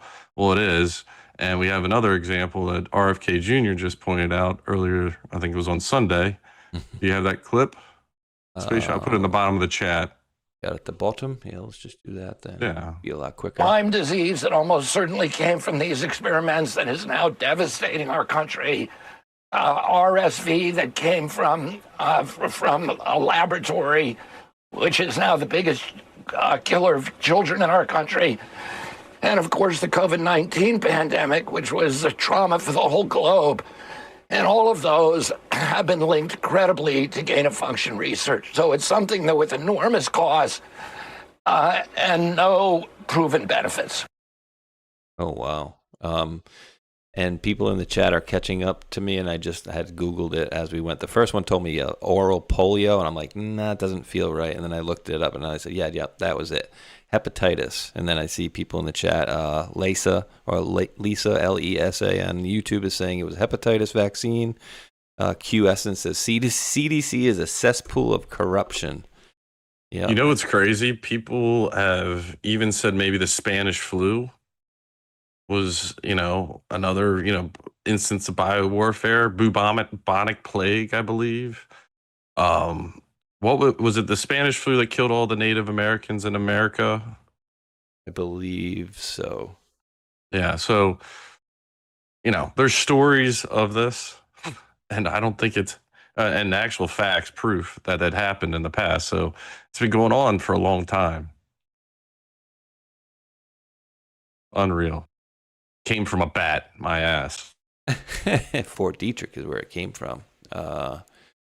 Elizabeth, I'm reading a comment here. Q Essence says Elizabeth O. King received her, quote, training at Fort Detrick and then worked for the CDC in Atlanta till she died. Yep. Yeah, and yes, I believe Fauci needs to go to hell. And I said this last week too, Mac. Of course, I'm never saying that I'm never telling anybody that anybody should go harm anybody, but I feel like at the end of the day, if nobody, if he doesn't get any legal ramifications for this, I feel like there's going to be some really pissed off person that may have lost his mother, father, wife, child, and never got to say goodbye because of the distancing thing, right? And I feel like somebody's going to probably do like a United Healthcare scenario on this dude. Because a lot of people, dude, were put in some really, really crappy positions where they couldn't even visit their loved ones that were dying. Like, imagine, dying in a hospital and knowing that your loved ones are outside the hospital, but they can't come in to visit you. Like, it's just horrendous. Well, I'm almost positive that there's going to be ramifications after him pleading the fifth 111 times, which reminds me of 11.1 of the Law of War Manual, which is what military occupation. So a couple for those. We did that. I did that decode 11.1.3. I had to do with end of occupation, and then you had. So it's just all very interesting. At this point, I'm on a waiting game to see what happens for midterms, and then whatever information else comes in between that. Obviously, Iran war is very important. I just kind of let Trump do his thing because he is dominating that negotiation, in my opinion. But this is crazy. 111 times he couldn't answer anything. So he had as a pardon. Why did he ignore his pardon? So that, to me, if we kind of do the rubber stamp, the double stamp, all that stuff, he's guilty. So if you have a pardon, you should want to tell the truth. He's saying he's going to incriminate himself, so he's pleading the fifth. It's like, why, right? Because you can't get in trouble. Yeah. So unless he's done something worse, and that's when he probably can get in trouble. Treason, bioweapon. I don't know. Whatever they decide to charge him with, but I think that's one reason why we read off we can't be any military tribunals. If that's true, that would explain a lot. And right. It's coming. We definitely feel like people have been replaced and so forth. So hopefully that at some point will all be made crystal clear in our lifetime. That would be great. Because our eyes don't lie, you know what I mean? Yeah, true. And I feel like they absolutely need to make examples of these people. I mean, it's crap. I don't want to kind of rush over how important that video that you had set up for us there was, that RFK video, because they're talking about Lyme disease out of like Lyme, Connecticut, which is, by the way, my state over, East Lyme, Connecticut. I think it's like hour and a half, 2 hours from me. But like a history that these people have of just making all these nasty, nasty things that you heard Fauci's like, you introduce it into it's like, why would you introduce any of this stuff into anything? And again, it comes back to, we as normal human beings, I lump myself, Mac, and all of our viewers into the rational-minded human beings, right? Like, why would you want to go and do all these crazy things that they're doing unless you do want to lower the population? And when I say with that, me and Mac and all you wonderful world patriots out here are rational human beings. We cannot say like, no, they wouldn't do that because we wouldn't do that, right? And these people, like we've heard in the Q post, they're sick and they don't think like us. You've heard it. How many times we've touched on it? 50 or 100 times in the last 10 years. Bill Gates talking about, population's this, but if we do a really good job, we can get it down to. You can get it down to? You can get the population down?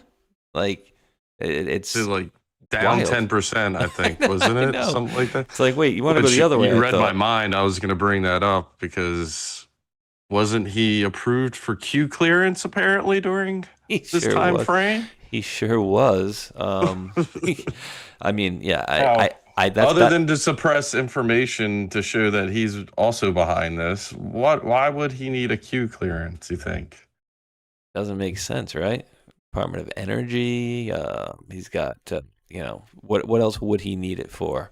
It really doesn't make sense, But that's probably the only story I didn't pull aside because I've covered it a couple times this week already. But like the fact that no problem. The fact that he's, he was given this, and the fact that they made such a big deal about it, right? Like that they brought it up at all was like, why did they make such a big deal about bringing it to us? I think that's kind of overlooked a little bit, right? Like obviously we all covered it and whatnot, but like to them, why would they step up and be like, oh, you guys know, Bill Gates had a Q clearance. Hey, everybody, world, he had a Q clearance.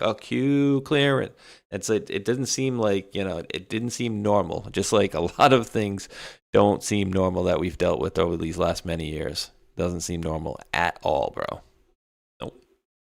Yeah, I'm guessing, his nefarious vaccines probably put him into that situation where, I think he's wanted for crimes against humanity in India at least. So, and probably Africa. He made a bunch of women sterile from vaccines. So like all these like free vaccines or shots, the flu shots, they were also providing human experimentation data, and pharmacies could prepare for the sicknesses that they may cause. Unreal. Well, dude, just just like the COVID thing, like all the side effects from COVID, everyone has a different genealogy. So, and the COVIDs were made with different ways. There's different brands that made them, so they were made differently, and then they can have different side effects on each individual. So you have a plethora of side effects, and they just say, oh, it's because uh, you're overweight, or you have a genetic heart problem. Whatever the jab was, it was definitely a catalyst or an amplifier to conditions that people had predisposed, or they just accelerated stuff, Oh, or absolutely. reacted with their genealogy to in a negative way. What was the date of his testimony, of Fauci's testimony? Because I know, obviously it was 111 times, and I'm like 99% sure that this video came out like a couple days before, and I'm not playing the Rick and Morty soundtrack to get it off the cut. July 29th. So his testimony was the 29th. Okay, so Kirill, it looks like he probably posted afterwards, just after 111 times. But then 3 days before, we had the White House pop in saying, hop in, the best dimension yet. 1 + 1 + 1 = 3 wins. So just thought that was coincidentally and cute to bring up as well. We did. We went through that. That's why I keep bringing up the Law of War manual and thinking we're still on this trail of continuity of government, and the Law of War manual falls into this because we have infiltrators that have tried to commit a coup. So we're protecting the people, but at the same time bringing these people to justice while cleaning up the fraud and just a whole cleanup of everything, bringing the country back to a positive or a 0 point, I guess. Ooh, 0 point energy. Locked and loaded. Yeah, that's been Trump's been doing locked and loaded. Locked and loaded. So yeah, it's interesting. This keeps popping up here. The locked and loaded motif. And again, it's in the Q post. Just put the symbol for and. Locked and loaded. Yep. Okay, let me see, because I pulled this one up. I thought you had World War II. Just the and symbol. And what number is that? 7, I think. Here we go. No. Put locked and then and. Locked. Okay. Yeah. The and. There we go. 5 posts. Boom. Clean house, right? Why no arrests justice yet? What must be done? The swamp runs deep, plus sleepers. And then, was Ray a sleeper? I'm still up in the air on that one, because I want to know. That's one of my top 10 questions, is like, I want to know who was given the responsibility to burn the information in the burn bags and then did not. That's one of my top 10 questions that I want to know. Backgrounds, Muslim Brotherhood. And again, with the Muslim stuff and President Trump, with Barack Hussein Obama's birth certificate. Who's invading our country right now? Muslims for sure. Yeah, and what do we have, a military operation in Iran against Iran? So that's more evidence. So I've been on that tip. Obama had a muzzy ring, as you always say. His ring says, which I don't agree with, of course, it says there is no God except Allah. Yeah, so I'm pretty sure Hillary's not a Christian. Well, wait. Her daughter, I don't know if it was Weezy. Her dress garb makes her very Muslim-esque. Well, we know, I didn't know if it was Debbie or Weezy that shared this one. This one ended up being Weezy. But I know her daughter is quite the Christian. Yeah, upside down cross. She wears the cross. Oh wait, it's upside down. That's right. My bad. That's no good, right? That's a bad thing. Okay. Satanic. Yeah, evil SOBs. But again, this here, it must be done right. It must be done according to the rule of law. It must carry weight. It must be proven in the court of law. There can be no mistakes. Good things sometimes take time. Attempts to slow block the inevitable justice will fail.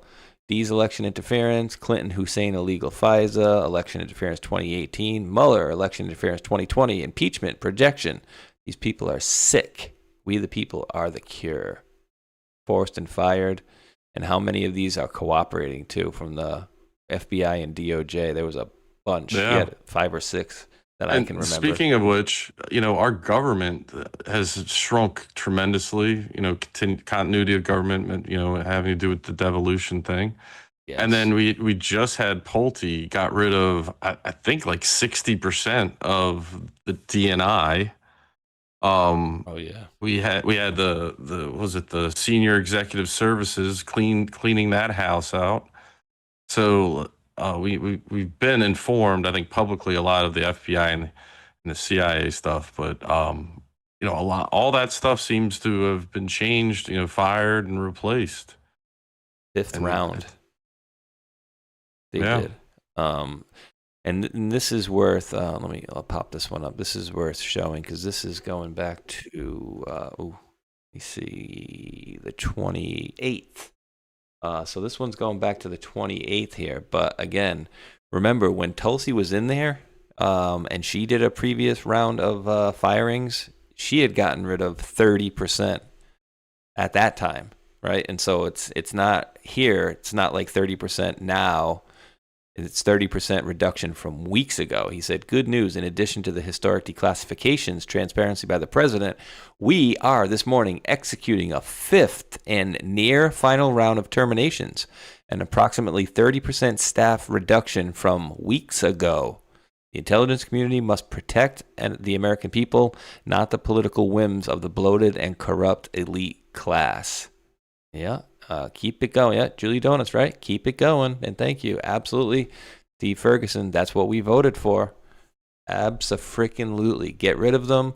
Minimize the government. We don't need all these extra people that are just bleeding. How much does it cost to pay for the benefits of all these people too in positions that I'm sure we don't need, like a bunch of people. There's so many people they got to hire when they get into an administration, which equals people that will be ripe for pushback, so many of them. Yeah. Let me see. I don't know why I have this ready, dude. I don't know if there's a video or a picture to go with it, but World War II, I have these. Oh, he had mentioned World War II in a post, President Trump. It was in the same post as Locked and Loaded. And I think there might have been 2 that he mentioned World War II, and we know that I was mentioned in the Q post, so I wanted to see how maybe it was relevant. No, it's definitely interesting. And then, loaded. Okay. I don't know. Was there any specific ones? I can't remember. I've done so many. Some are really in depth. Some are just kind of like, all right, this would be cool to talk about, kind of deal. Let's see. Well, actually, you know what? Let's see if I can find that here. Well, you do have an interesting one from the White House post, dude. That hold on a second. The Q post. What happened during World War II? Was Hitler a puppet? Who was his handler? What was the purpose? It's Q post 142. 142. Let's pop this one up here. Let's do this. Oh God. 142. It's a long one, so just if you want to show it for the viewers and point out anything that makes sense, but a lot of this is relevant to what we're going through right now. And we know that George Soros is in the background and maybe involved in these NGOs having to do with Spain. I know one of the entities is Red Cross. I've been looking into it. So it's a complicated situation, but essentially Spain's allowing these people to come in. The NGOs give them all this goods like money and clothes and everything. Crazy amounts. Yeah, so it's and they're saying that criminal enterprise is behind it. I don't know what that means, but that could be George Soros from what we know. I would say too. I mean, this is going all the way back to World War II here. How did the Soros replace family Y? Who was family Y? Trace the bloodlines of all the three families. What happened during World War II? Was Hitler a puppet? Who was his handler? What was the purpose? I mean, dude, we hear things that, he's a Rothschild. Now, go to that clip here. I'll put it in the chat on. So there's a guy that does a documentary recently. It's a very, very good documentary. Oh, yeah, I got you. MaQaveli. This is interesting. This one? Yes, it's that one. And he did a deep dive into, I think, more along the lines of the UFO trail, but essentially in like who's all behind this, and he takes it all the way back to the World Commerce Corporation. I think it was like 1945. Well, the UFOs, I think, was in the 1930s. It was the first one in Italy that was documented, and then you had Roswell. Now, he explains some things in this clip. I recommend everybody to watch his documentary. I was on this trail, and I ran into it, and I was like, oh, he literally just came out with it, and they did the deep dive for us. So highly recommend it because it all connects to wars, connects to collapsing of economies, overthrowing governments, all kinds of stuff. So I'll let it play here. Let's let it rock and roll. Minute 35, here we go. And should it be any surprise to us to find hints in the journals of Jacques Vallée that maybe indicate that he also favors this latter thesis? In Forbidden Science Volume 6, he recounts a fascinating conversation with Bob Bigelow. We did agree the cover-up must be the work of a supranational group, a brotherhood, he said, rather than one single agency or country. What an interesting use of the word brotherhood. But before you start wondering whether or not he's really referring to the fraternity, let me read you one more entry, this time from much earlier in Forbidden Science Volume 4. Here, Vallée is in conversation with Kit Green in the early 90s, and they're discussing how the cover-up actually works. After a bit of back and forth, Vallée states, "It works like a brotherhood then?" Kit responds, "Yes, and it's hidden away in a contractor's basement somewhere, not in the government. And all the brothers, come to think of it, are people in their 70s, older gentlemen." Vallée then notes in his journals, "I silently wondered where they had been between 1939 and 1945. Very interesting, huh? Take a look at those images. Yeah, World War II. What years were that? World War I was in what 1910s, 1910 to something like that. 1913, 1918. These are screenshots from the documentary on people that were behind this. And it goes to the Bank of England, General Motors, Standard Oil, Chase. The Morgan family has like bailed out the United States a couple of times apparently in the past. Really? Yeah, it was something I ran into a day or so ago. But they're one of the elite families of the country. The Ford family. If you go to the next one, it shows another, group of people that were very instrumental in this brotherhood. Well, Matt, just give me like 30 seconds if you want to read some of these off quick. Yeah, I can't pronounce some of these guys. Heimer, Schalt, Kayvon Schroeder, Schnitzler, I.G. Farben, Dr. Casper Krupp, Emil Helfrich. That's Standard Oil, which is the logo for, I think, Amoco Amoco then maybe became Exxon. I could be wrong on that, but that looks like the Amoco, what the old Amoco sign, or the Exxon. General Motors, Dr. Sincerin, Henrique Meyer. I'm not sure about him, but all these people had connections to this time frame that they're talking about. And the first UFO recovery, I believe, was 1933 in Italy. And I've done some research behind that. I don't have anything on digital yet, but we all know about Roswell. That could have been the U.S. government experimenting with this type of technology, and these people are kind of behind it. A little bit behind it. You know, and in covering this type of technology, there's possibly the breakaway civilization or possibly a secret space program. And we've been told that there is possibly a secret space program because of the hacker. His name was from England? McKinnon. And he was caught, and his documentation of everything that he found that he's gone public with. So there could even be other breakaway civilizations because the Nazis were chasing the trail as well. The Nazis. They were like Indiana Jones. They're looking for historical stuff. They're chasing what we've been told, the Aryan storyline. Oh yeah.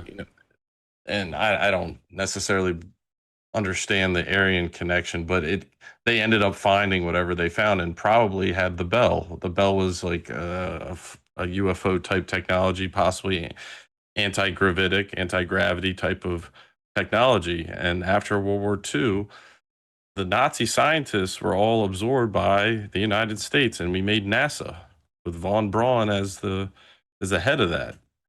And until just recently, NASA is now an intelligence agency, but before that, what was it? Was it just a private entity?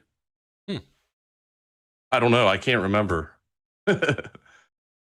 Science organization. I know they deal with all the traffic in the southern hemisphere, air traffic control as well.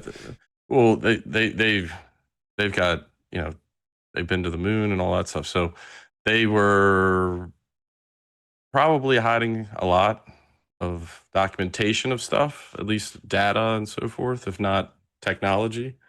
But they've also gone off into other projects. There's got to be more than one project. You got to understand that. And there's probably several different ways to skin a cat, so to speak. So there could be different technologies in the way the stuff functions, because there are theoretical ways of moving differently. Dude, this is actually news to me. 1933, Italy, UFO. I'd never heard of this.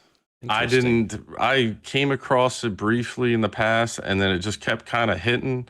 And I was like, oh, it happened before Roswell. And then that's when I dug into it a little bit. And that's where it kind of centered around, at least from what I can attest to. So this could have been advanced human technology hidden from the public as well, given the fact that, we'll take example, the Astor family, who I think he left about $20 million, $30 million back in the day. If you do, and that was in the 1800s. And it's rumored that he got all his wealth from the opium business, in China and the British. That's another story that I just ran into. But that amount of money is, family lineage changing. And you just think about how much power you might get and be able to do things. The Astor family, I believe, ended up buying up or controlling a lot of the information going into universities, into the media. So they rewrote history based off of their perception. And that's happened with many other people too.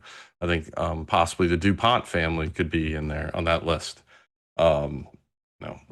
We've gone through the gunpowder thing. They brought it from China, the most powerful gunpowder from China. You think China was like, hey, yeah, we'll give you the most powerful gunpowder that we know of, the best one. Here you go.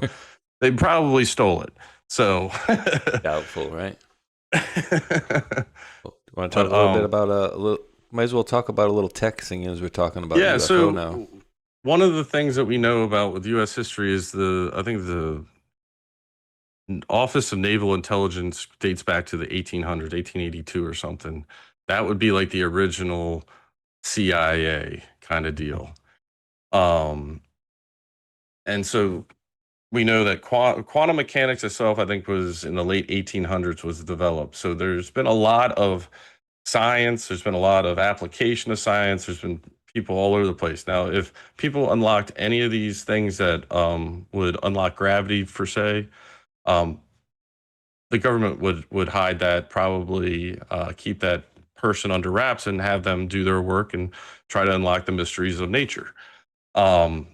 So people who say that's how that's possible, I mean, we're talking about over 100 years, at the 150 years of experimentation and theorizing and so forth. So here's some evidence that we have been told. And there is proof at Lockheed, through the Navy. We've talked about how a Tic Tac looks like a submarine, and there's declassified documents that show patents and so forth of the Navy actually working on design that looks like a Tic Tac. So we'll start here, and I don't know how long is this one. I think it's a few minutes. It's definitely very, very cool stuff, though, dude. In here. Yeah, well, you stop it whenever you find it uninteresting. I love this stuff. So we'll get into the other stuff. Let's go. Here we go. Well, yeah, let me just read this one. Rumble chat sent a $2 donation. Crystal loves David 17 because we're especially seeing as we're talking about the topic, or we just were. So I have to read this as it is. It says, "How do you not see equals Nazi? How do you not see?" Yeah, it rolls off the tongue. Nazi, Nazi, Nazi. All right, let's see. And thank you for that. Crystal loves David. Boom. In Lockheed right now, there are craft that can go to Mars in a few hours. Right now in Lockheed. So how do you know what they have at JPL? How do you know they have... Not JPL, Lockheed. Lockheed. How do you know that Lockheed has this technology that we can get to Mars in a couple hours? Lockheed has, I think, some assets in Nevada, but they have a lot of corporate facilities in California, in the state of California. And supposedly there is this shack on the side of a highway in California that looks like some nondescript warehouse, small warehouse. And you go into this warehouse, and the whole floor of the warehouse is an elevator. And it drops Lord knows how many hundreds of feet, and you're inside of basically a facility carved out of rock, deep underground. Yeah. And what this guy said is that they are not only reverse engineering craft from retrieved debris in this facility, but they're actually training pilots to fly them. And he told me that the main problem that they have in that training program is that the pilots experience extreme disorientation because of the warping of space-time by these craft. In other words, they discovered early on, and this is, I think, one of the main reasons, and we can get into this in much more depth if you want. This is one of the main reasons this technology is being hidden, because they discovered very early on that these are not simply devices with propulsion systems capable of navigating space very quickly.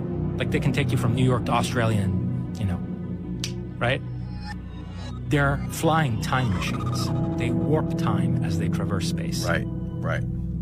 And our pilots don't know how to handle that. They have a very hard time. They get disoriented, temporally disoriented. They get their sense of the passage of time gets really messed with. So anyway, he told me he went down into this facility and that they're reverse engineering stuff and that they're trying to train pilots in how to fly these reverse engineered zero-point energy craft. But okay, what's the really important thing about that is that on a theoretical level about how UFOs are actually time machines. And if you really stop and think through that carefully, you realize why, under the current socio-political conditions, this technology can't be released. With the kind of society we have, domestically, globally, with the state that humanity is in at the present time, the release of that kind of technology into the public sphere would be utterly catastrophic, right? I mean, you can't give Tom, Dick, and Harry a time machine to put in their garage.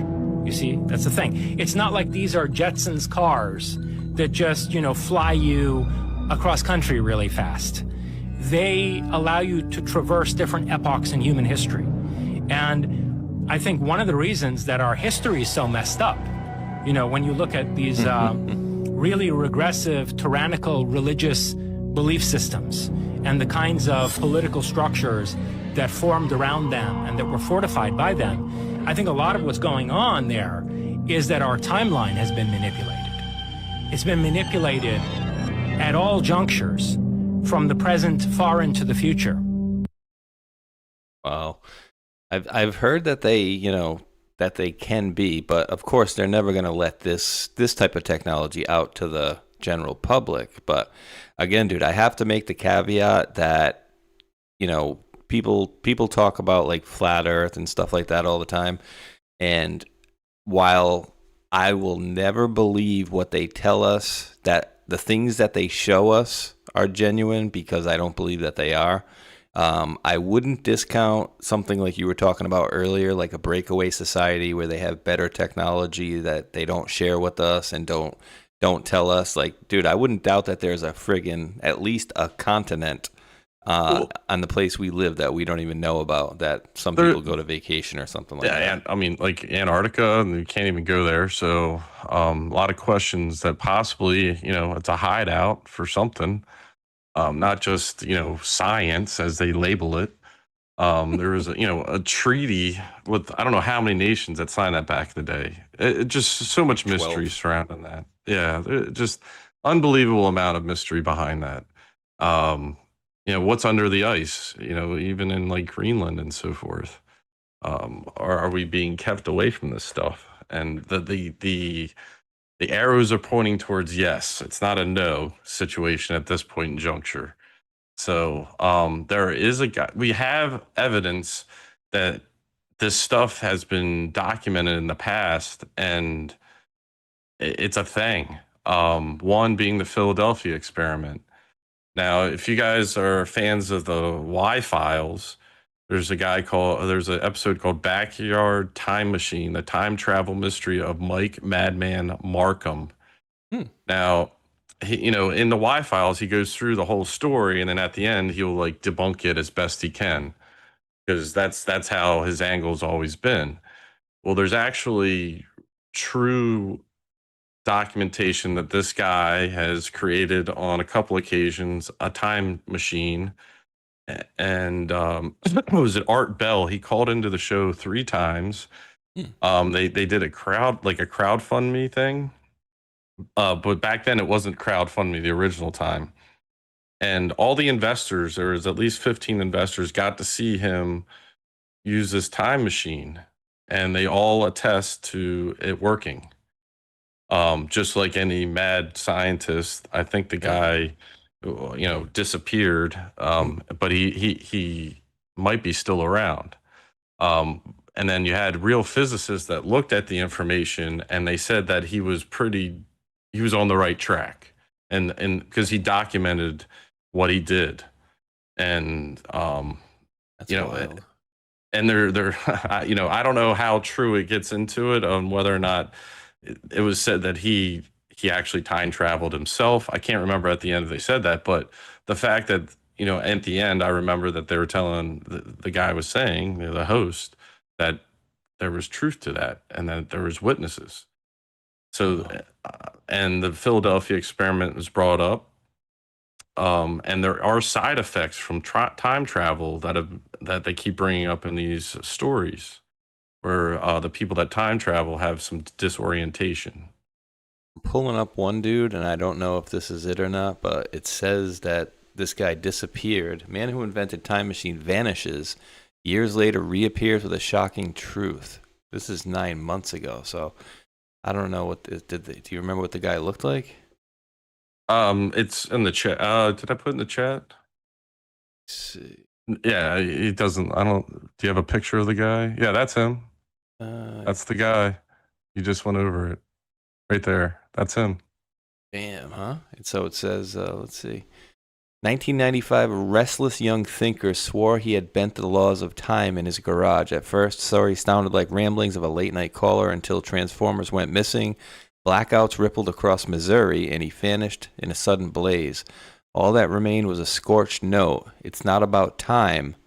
It's about perspective. Years later, he reappeared, and the truth he carried was stranger than anyone could imagine. Dude, I gotta see if they get a transcript on this. I want to... Dude, this is wild, huh? And so, did they make a video of that, like that? What you're talking about, like them funding it and him using the machine, or are they just basically? I put the link to the Y files in the chat if you want to distribute to people to watch it, and then they can look into it further. You give it obviously take it with a grain of salt, knowing the fact that some of it could be untrue, but there are witnesses to the fact that he had a functioning time machine, and he calls brownouts in the town, multiple ones, when he was trying to do this device. It's a really, really wild story. Brownouts, huh? That is brownout. crazy. Like where like they're local. They're not like the entire grid system. Wow. We're talking like millions of watts he was trying to produce. Let me get this into the chat. Time travel video. Here you go, guys. It's coming into let me make sure I get this all here. Select all. It's coming into Rumble and Pilled now. And I think a lot of these UFOs do function off of, bending space and time, but they also could find like a medium point, like a plasma. And I think recently there was Ashton Forbes had a very famous physicist on, Salvatore Pais, and he said in there that plasma's the key. Ooh. And I put the clip in here, queued it up. It's right here. In the Telegram, I got you. I put it right there.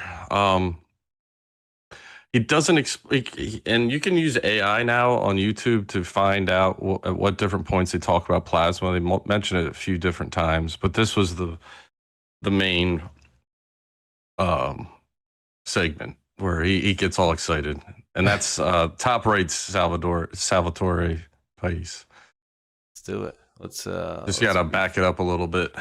Yeah, I'm gonna refresh to your link here. Here we go. Hit on the physicality which you need. It's plasma. That's what the key is. And why plasma? Because it is a non-linear physical medium that also has the ability to be driven far from equilibrium. That's engineering the Prigogine effect. That's what the Pais effect is all about. And that's why your orbs are 100% real. And F anybody who believes otherwise. Well, there's condensate too, right? We just can't see it on the film. Or am I mistaken? That's like what the trailing is, or? Oh, you mean the Bose-Einstein condensate? Yeah. Like I don't know if it would be visible or not to the naked eye, but there's probably like an energy trail from it, I would assume, right? Macroscopic quantum coherence. I know you'd be able to probably see it in an infrared camera. I'll tell you that much. And a thermal camera. Now, So I that's a think big the concept hint of right Bose-Einstein condensate usually are Just pause it right there, and then they go on. Well, I highly recommend this conversation. Salvatore Pais has a bunch of patents in the Navy. I think if you expand down there at the bottom, there says more. It might tell you about his bio a little bit. No. Papers and patents, high frequency gravitational waves. Yeah, maybe put his name into like AI. It'll tell you, give you a little information. But he has what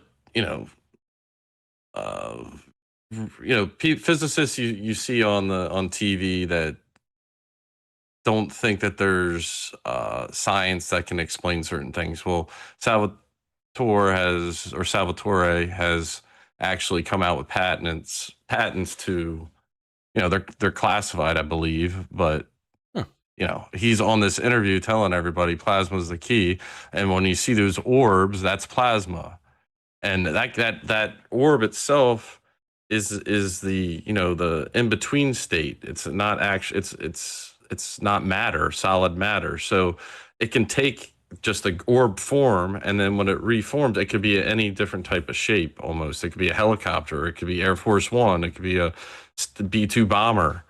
That's the type of capacity it has. I think it's like an addition to what you put on to a plane. It's a component aspect, possibly, which is pretty cool. Now, there's other, like I said, there would be other means of travel with UAPs. I think design definitely has a function. So I don't know. My theoretical, I'm giving you a theoretical on the planes and the helicopters, but I believe they've been used in the past. When they got Bin Laden, that helicopter they used, remember it crashed? Top secret helicopter, super quiet one. Yeah, there's a document I came across was like almost the exact same helicopter patent, and then in that document it tells you how they can make them into orbs, into like plasma, like the thing that was spinning around that MH370 or whatever it is, 350. Oh, those are. I don't know if those are glowing or not. Those are like, again, like a drone. I think that's part of a teleportation functionality. Is from my understanding, I think Ash and Forbes is on the same page. So you got 3 orbs circling MH370. The thought would be that there's a 4th point because it's being teleported, so therefore it would have to have a 4th point. Was the area which it goes to? Yeah, it would be the destination. Now, you know, he's really been the one to expose the MH370 when that footage came out. And since then, has been deep diving into all the different documents. I think a lot of people have been in on trying to figure all this stuff out. But the documents, the patents, everything are all, what's that? Look what he's talking about. Orbs. Orbs. What a coinky dink 2 hours ago. And it happens to be about breaking space-time and spherical portals. Orbs. Yeah, so when you're in the orb, you are experiencing time, I believe, differently. It's all relative, right? And that other dude said it wasn't about time, it's about perspective, right? And don't they say if you're going the speed of light, the time travels differently, or you experience time differently? Yeah, I'm trying to wrap my head around even like a concept to figure out how because there's the locality of that person and the destination that, say, you want to travel to. In this research for, like, say, time travel, they're factoring in the velocity of the Earth and the sun. So you got to find a base level, so that you have like the locality base level, and then you have the universe base level. So he actually went into that type of science to try to adjust his time machine to function. Wow. It's just insane what people think, and how nature works, because the only way for this stuff to work is if nature allows it. True. And then the worst part is we don't really even know the true nature of our freaking reality, dude. Are we like living in a friggin' simulation here or something? Like, I don't know. I heavily lean towards possibly yes. I definitely we could be reproducing synthetic machines, and then like Blabablasar says, I mean, very highly advanced. I mean, I'm talking like this is science fiction kind of theory. And as Bob Lazar said, he said that we're just containers. So our consciousness, our spirit or soul, is us, and our bodies are, meat suits. Which, yeah, but they still have a function here on Earth. And as we progress with our knowledge and how all this works, I'm very curious about it, because it would appear the government has an idea. Well, he says it. And the unfortunate part is the religious side, I think. I don't know how that affects our religion, everyone's religious beliefs. So I think they're very sensitive to that. But I know more truth just allows us more knowledge to understand where we actually came from. God is a creator. Creator could be someone that's more advanced than us that created us. Yeah. I don't know. It's got to fit a reality. It can't be like a cartoon scenario. You could have the maker of our old, and I'm not saying I believe this, but I'm saying like you could have a God that made the reality that we live in, right? Could just be some dude who's like the god of that area, but he has his own god. Enlil, was it Enkiel and Enlil? That's the story, basically. They're two dudes that made us, according to, what was it, Enoch? What was the biblical story? Yeah, so crazy. Dude, and to your point here, he says, Ashton Forbes, back on July 20th, he says, in case something does happen to me, which I don't know why anything would. Remember, we've had a lot of scientists and podcasters / scientists missing and dying lately. But in case something does happen, there's one thing the world needs to know, that the United States has teleportation technology. Seems impossible, but it's true. I mean, dude, I love this type of stuff, right? Like the whole idea of that. I'll say it again publicly. My buddy, who was in the military for a long time, told me that he had a friend that witnessed teleportation. He was. How long ago did he say? It was in the past, 20, 30 years. Bam. So, yeah. That's about right. If they did something 20, 30 years ago, we might start getting inklings of that out into the public 20, 30 years later. He's trusting the guy that told him. I'm trusting my friend. There's no reason to make that stuff up. So, there's, if you ask the right questions, sometimes you can unintentionally get the answer you're looking for. If there was a naval officer who's a pilot, I have to find the clip. I even think he's testified in Congress. He was asked a question when he brought out the video footage of, like, say, of one of the infrared clips of a UFO.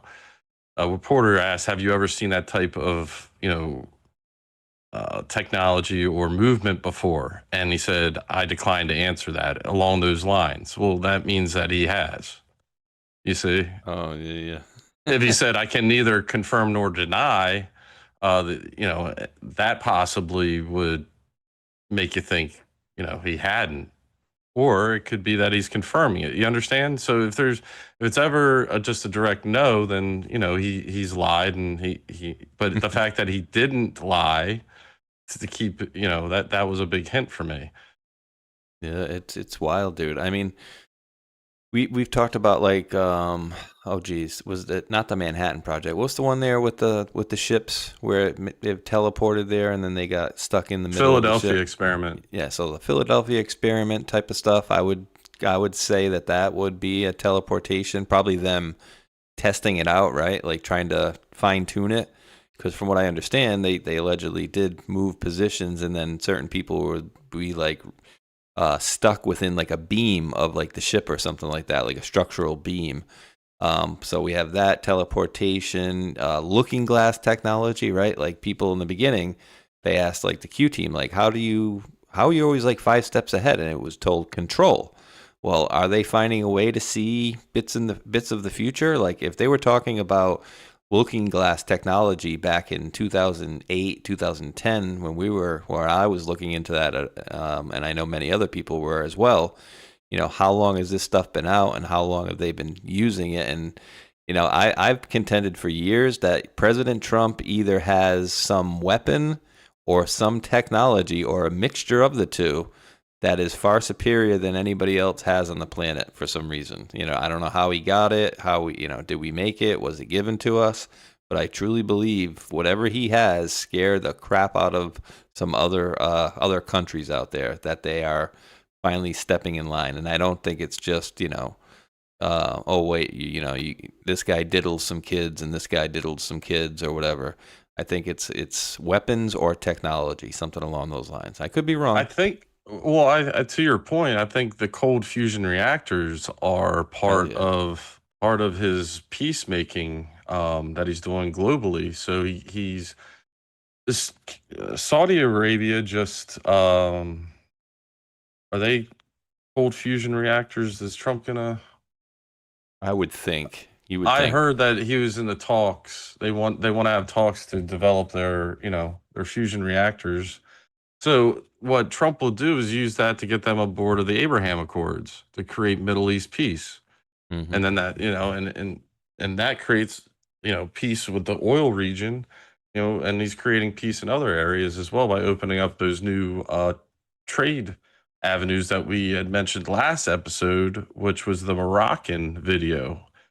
And that President Trump kept that video up for like 7 days.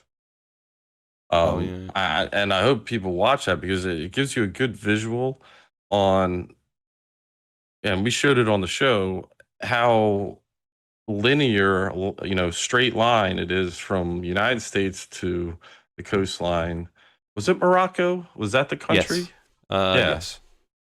Yeah. So, but before it was going somewhere else. So they're creating the Donald Trump Highway in tribute to them. So you can see that they're giving us hints.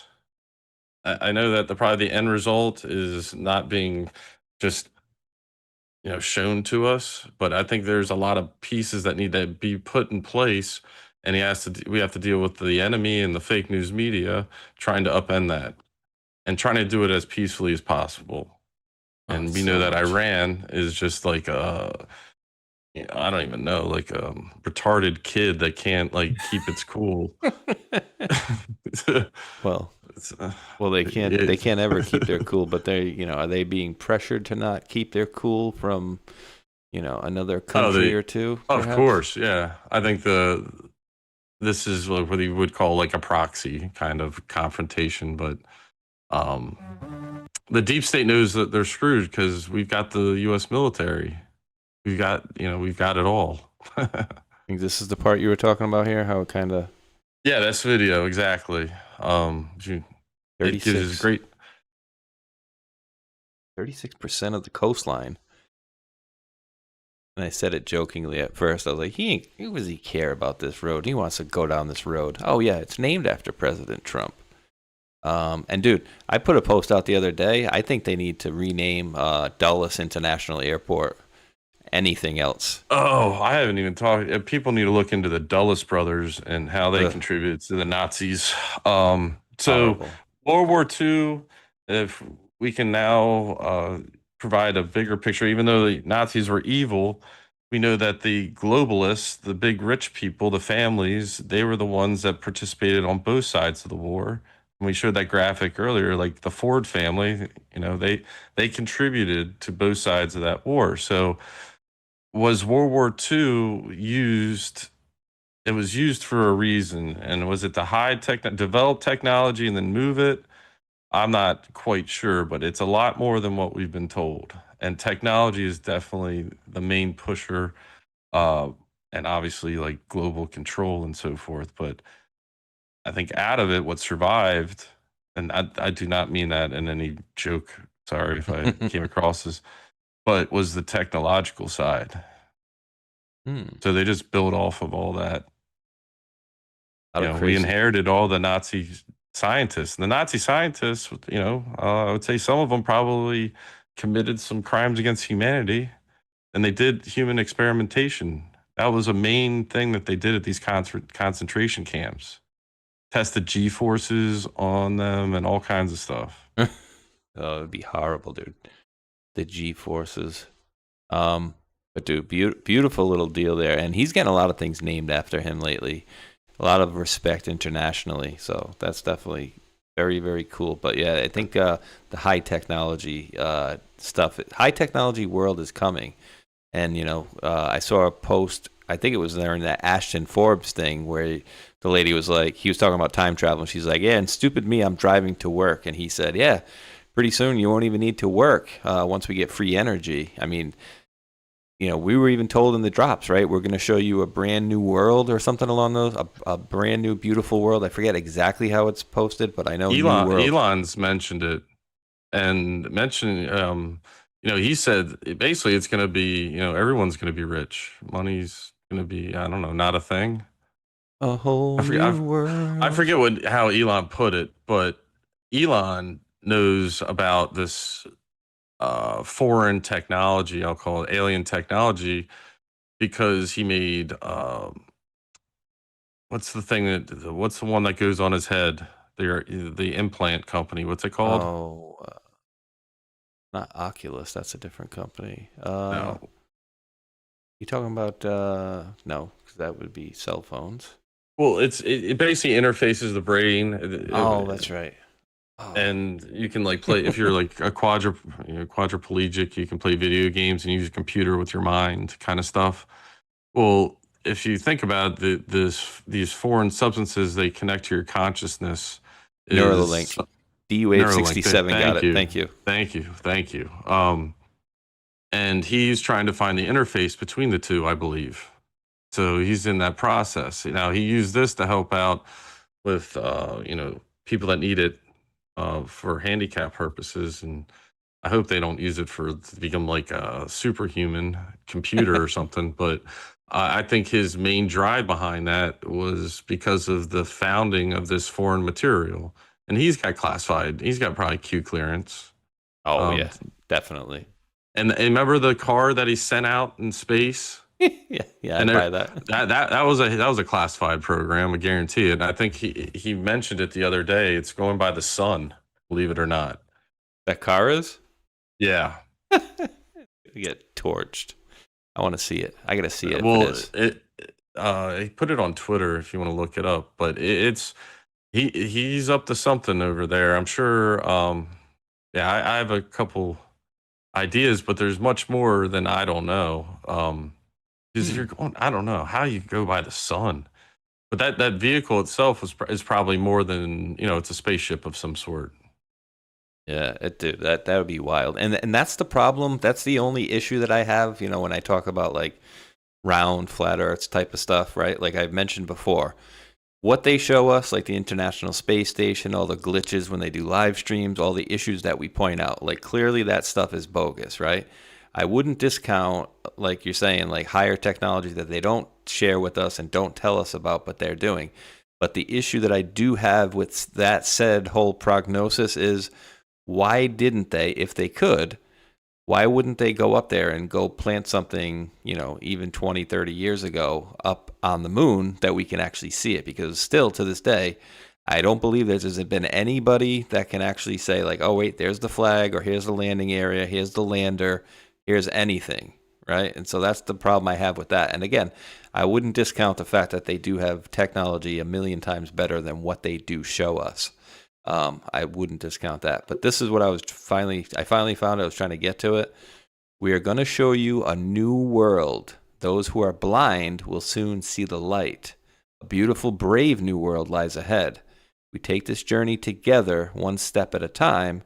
Where we go one, we go all. So I do think like new tech is coming, dude. And, it all comes down to Gold energy. Shall destroy the Fed. Yes. I mean, we've been given lots of hint. I mean, immigration was a huge thing in Q posts. How we've had to combat that.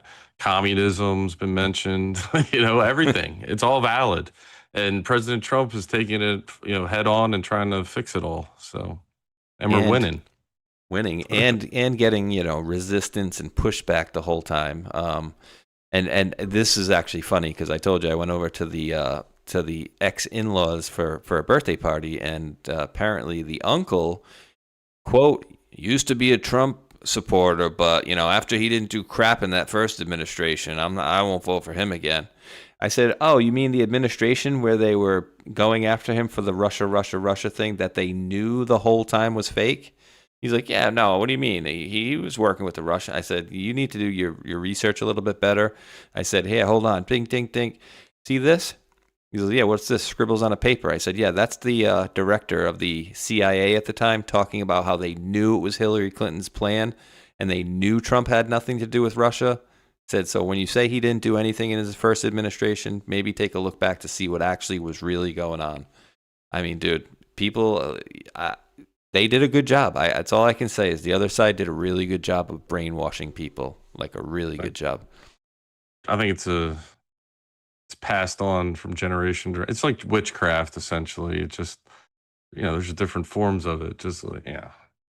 All right. It's like when you see people in Hollywood, is that really the person?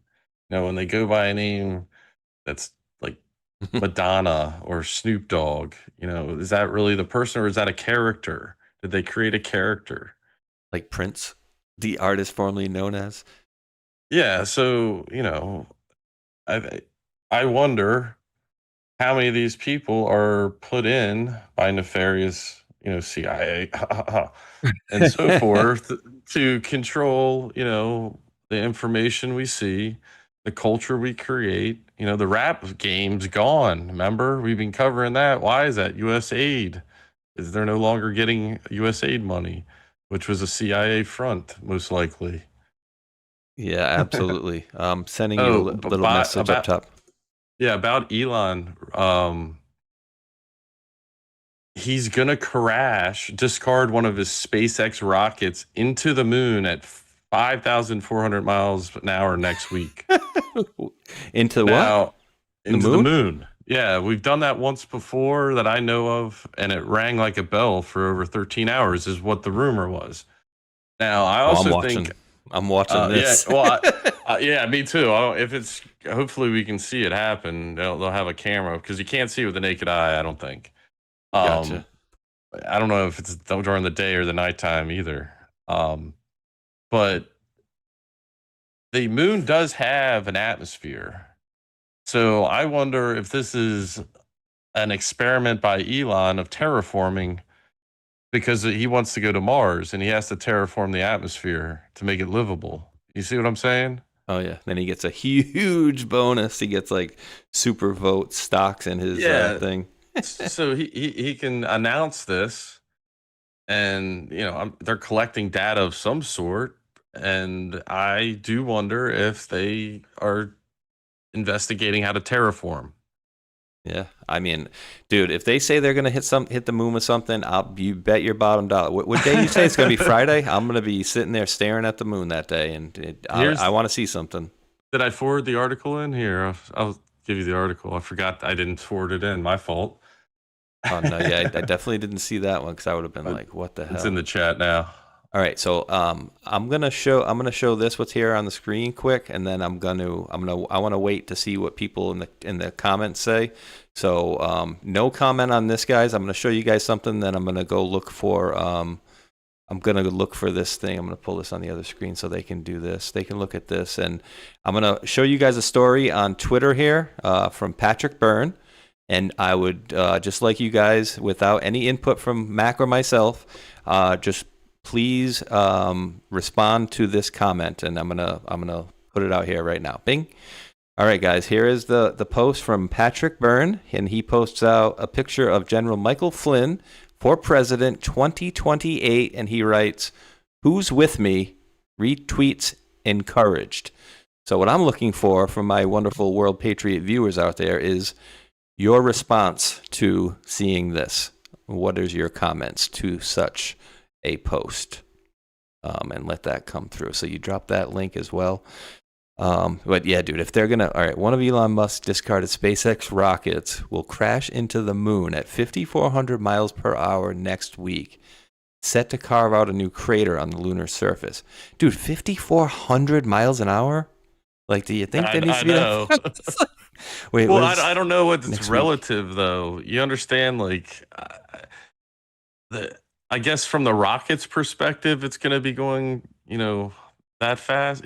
Once you get in space, it's kind of weird to figure out how fast you are, I think, unless it's just from the body that you're in. So I guess you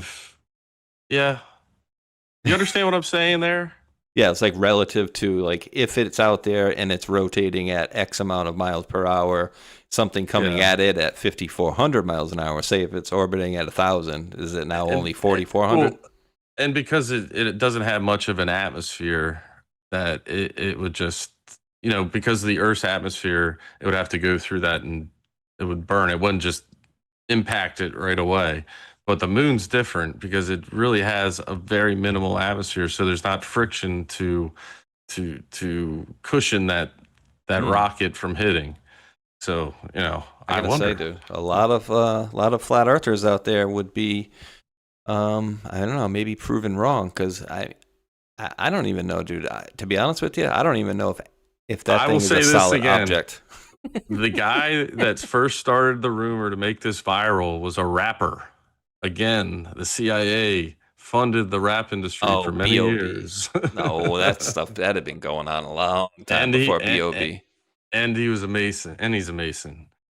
Yeah, we had that and nerdy dork. What was his name? The playbook of the deep state is to dumb down society so that they can control you more. So if you think about it, and the technology stuff's coming out, it would totally make sense that they were trying to get people not to think outside the box, not to look into the fact that there could be this crazy technology where we've been on maybe other places. Just, you know, I'll say that. I don't know if it's in time or what. And they could continue their reign on the world. However that might be. You sound just like Juan and Ghost. Every time I have them on, they go out of their way to. I've noticed that go out of their way on each one of my shows to at least once throw a dig in on the flat Earth stuff, and I'm like, dude, I don't know. I gotta see it. I'm not gonna dig on it anymore. I just our physics, our technology can't function off of a flat Earth. Our science can't. So why are they doing studies on it, dude? That's what I don't understand. Why was NASA doing derivations? Because you have to. If you've ever done or written or read a scientific paper, you have to give the environment that you're giving the math from. So when you're like. You do you have to give the parameters of the conditions you're doing the experiment in. I agree. So in those parameters, they mentioned we're doing this based off of a flat Earth scenario or flat Earth, because I don't think the curvature of the Earth matters. Now, I have naval documents of how to shoot a missile from a battleship, and it actually factors in the curvature of the Earth. And there's written documents on them, mathematics and everything. So it's just, I understand where people have the argument about the fake moon landing. I agree that was all psyop. They're not going to show everybody the really good stuff. Why would you? You would be showing your enemy what you got. You just don't do that. Exactly. So we'll see how this all pans out. We'll see how it plays out. My main thing is we have incredible technology that's been hidden from us. We'll see where it takes us. But I don't doubt. Tune in for whenever this moon crash is. Oh, dude. It's on Wednesday. Oh, it says it on Wednesday. Yeah, that one's all right. Does it hump day? Give me a damn time. I want to know, because I'm gonna have my binoculars out there on that sucker. But again, and I do agree with like the conditions that you need to do. But if you're doing it's talking about a linear aircraft model. And it's like, well, if you were going to genuinely fly it over a round Earth with a rotating Earth, then why would you do a model for a rigid aircraft of constant mass flying over a flat, non-rotating Earth?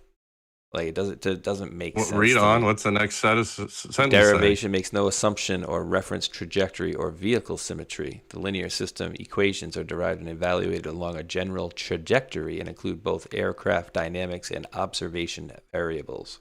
So they did not factor in Earth curvature, and it's based off a flat surface that this paper is written off of. Yeah, it's a linear system. Dude, we could take this, and actually, I don't want to take this off because I still wanted to get comments about Mr. Flynn there and see. Hey, pull up the PDF. It's right there. Can you open that real quick? I just want to see if there's any graphics. Go down. Just scroll fast down. 108 pages. Let me see. Diagrams. All right. Go up right there. So you see that it's giving you multiple axes. So there's X, Y. I'd have to look into this, but it's showing vectors, and so you have an X-axis. It does not you have a Y-axis, a Z-axis. So that's 3 dimensions, and it's linear. So the trajectory is linear. and then you get into that cosine, negative cosine. I'd have to read the document, but I'm pretty sure that what the document's stating is that the environment in which that they're explaining this is in a flat system, a linear system. So they're not factoring friction, possibly, and the curvature of the Earth, because it may not be important for what they're talking about. Gotcha. So when I was, who is it? Ghost and Juanito always say, what's that guy's name with the messed up eyebrows there? Not Vallely, that was the other dude, but the guy that was like kind of like the Satanistic dude. Aquino. Oh, Aquino. They're like, that's the dude that started the whole thing. That's the dude that started the flat Earth, like psyop and whatever, and blah blah blah blah blah. And I'm like, really? Then if that's the case, then and if BOD What did is everybody the case, say about your picture? Oh well, I didn't get to that. We're gonna get back to that. But this is what I would say to the folks that say it's a psyop: is how do we have old encyclopedias that literally talk about a firmament, talk about a dome, and not only that, but actually give you the latitude and longitude of the dome and the height of it. An encyclopedia, like, dude, this is legit things I've seen for myself here. I had one person that actually was gonna buy me and send it to me. In very simplistically, please. All right. There's different types of environments. There's the air that we breathe, that environment, the ether, whatever you want to call it. There's a water environment, so there's like a surface and stuff. Yeah. So those are like different ethers. Then you have outer space. That becomes another ether. To enter the water, like I'm just going to say hypothetically, if you're moving at a very high speed, you would have to enter that water at a certain angle for that person not to be hurt.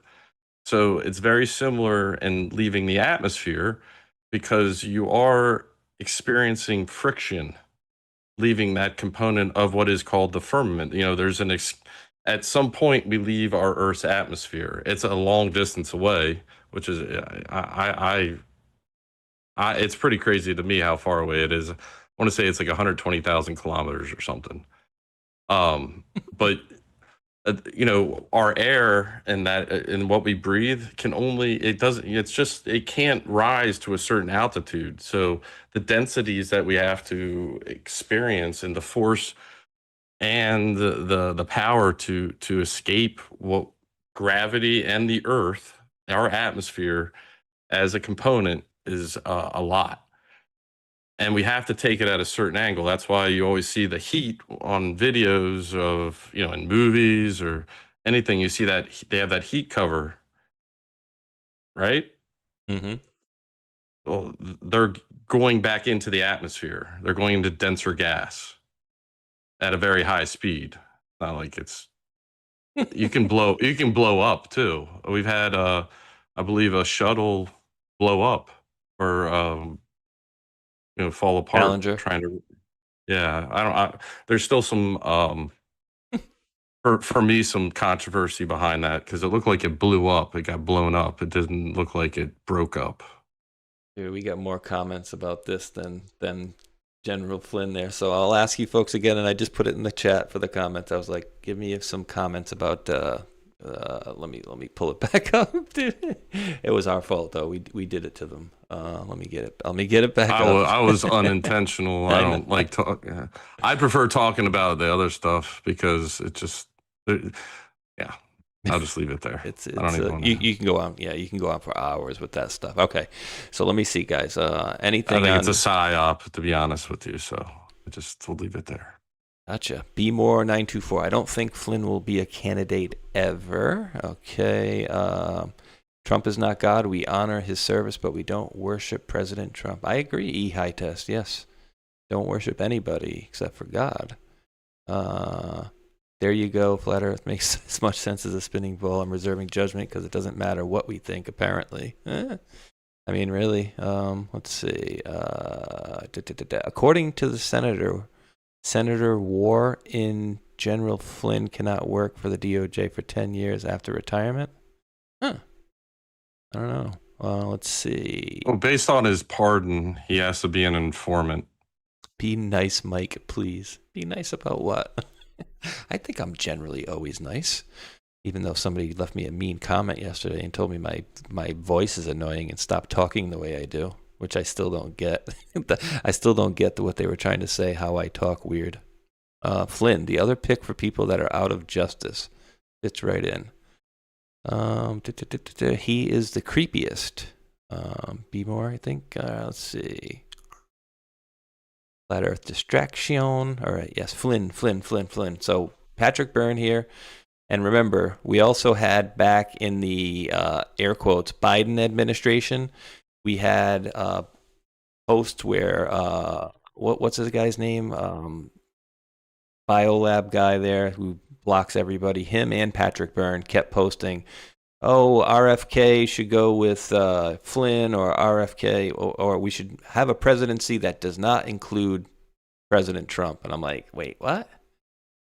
Clandestine. So Clandestine kept wanting RFK to be with either General Flynn or President Trump. And then Patrick Byrne is kind of talking about I think the quote was, a presidency without President Trump on the ticket. So that I've never been a fan of Mr. Byrne. I've always been very cautious of him, and he has came out and said that he's worked for the FBI, and now is saying that he works for the CIA as well. I don't know. Yeah, it's always the CIA before the FBI. Usually, once CIA, always CIA. Yeah. And there's people that have been doing a lot of interviews, like John Kiriakou, and I'm kind of liking some of the people that have been doing the interviews, but they're also questioning, the intentions of those people, and I like that one. What their agendas are. The one guy is that guy Eric Weinstein, who's a physicist, and there's people questioning him because he's acting like he didn't know about a lot of this stuff when people like Salvatore Pais has information out there about the science that goes behind say UFOs or some of the research they're looking into. So I'm noticing a pattern or timing it. Why are they coming out now to, and usually we will get the reason why later. So Lou Elizondo, he was with ATIP and everything. Well, Trump just took away the classified portions of their NDAs, and they can now come clean. Well, Lou should be right now on TV telling everybody what's going on, based on the fact that he's cleared all the process up. You know what I'm saying? Like, Stephen Greer, he should be coming out. All these TV. So Trump's doing a great job delivering the truth, because we're going to find out which people are really going to come forward and tell us the truth, and which people are, for whatever reason, not willing to. And some of them have been getting paid to try to give us the truth, and they always come up short. Yeah, absolutely. And people should be asking questions, because it's been over 70 years, and it's right on the tip of everybody's tongue for the answer, and we should be at that point where we get the truth now that President Trump's lifted those restrictions. Yeah, absolutely. This is a good comment here too. Maggie817. Flynn always runs candidates to challenge MAGA candidates in primaries. He purposely messed up the Arizona audit. LMBS 1966. I don't trust Patrick Byrne, and Mike Flynn is a hard no for me. I'm just very interested to see what the folks in the chat are thinking. Jay Back on Rumble. I'm not a Flynn fan. Yeah. So yeah, I saw a couple posts that he put out last couple weeks, and he was getting ratioed pretty bad on his post. Dude, did you? All right, you ready to get into this a little bit? I mean, I got your posts here. Did you want to do the Larry on him? Well, well, before we get to, do you want? We can set it up like this. So. Their January 6th, I think, is surrounding a lot of this. There's a guy named Earl Matthews. We've gone over this briefly in the past, but I think this is going to come into full circle at some point. His name, Do you want the information's in the chat? But yeah, This one I right did here? this. That's the decode that I did to I just kind of noticed that Alex Jones was calling for Trump's impeachment. Again. Camp David. Yeah, and the Camp David picture was obviously a signal to us that this is the team, the dream team. It says at the top, so that's Trump admin version 2. And I just kind of followed whatever was in there according to what's going on in the news and just did some deep dives. This foreign agent thing is going to be a big deal. General Flynn was caught up in that. Fortunately, unfortunately, I think he got caught not taking money from Turkey, took some from Russia, and I think he lied. Possibly one of the things he did was lie to the Trump campaign about him taking money from RT News. Hence. Hence him being fired. General Flynn also has pleaded the fifth on everything surrounding January 6th. We've had some anons recently also who've been on that side, on the Flynn side, asking a lot of questions recently. Now, we pointed out that there was, his lawyer jumped ship and some other people. I forget the organization it was, but we noticed that there was people America's for whatever Future. reason. Yeah, there you go. For whatever reason, they were leaving their loyal, General Flynn. And so people started, I think, asking questions. One of the things Flynn does is he's always against President Trump. Any candidate that President Trump endorses, it would appear General Flynn endorses some other candidate for whatever reason. If you want to go over some of this. Yeah, absolutely. Then we can get what are some of the anons, because it's not just me, it's other people that are posting that you all probably have seen online. Yeah, Pepe Deluxe here. Pepe Deluxe is saying, what an idiot. Coming out against the president. Actually, you know what? Before I'd even do that here. Imagine how, this is General Flynn, imagine how those in our military feel who are on the far side of the world wondering if there is an end to this war. Imagine some parent contemplating sending their son or daughter into the military with this level of indecisiveness. America needs to finish this one way or the other. And like I said before. Do you think that that's possibly that executive order that President Trump signed today with Pete Hegseth and General Kane in attendance with all the military wives? Well, I don't even know what that one was. It was for taking care of the military families.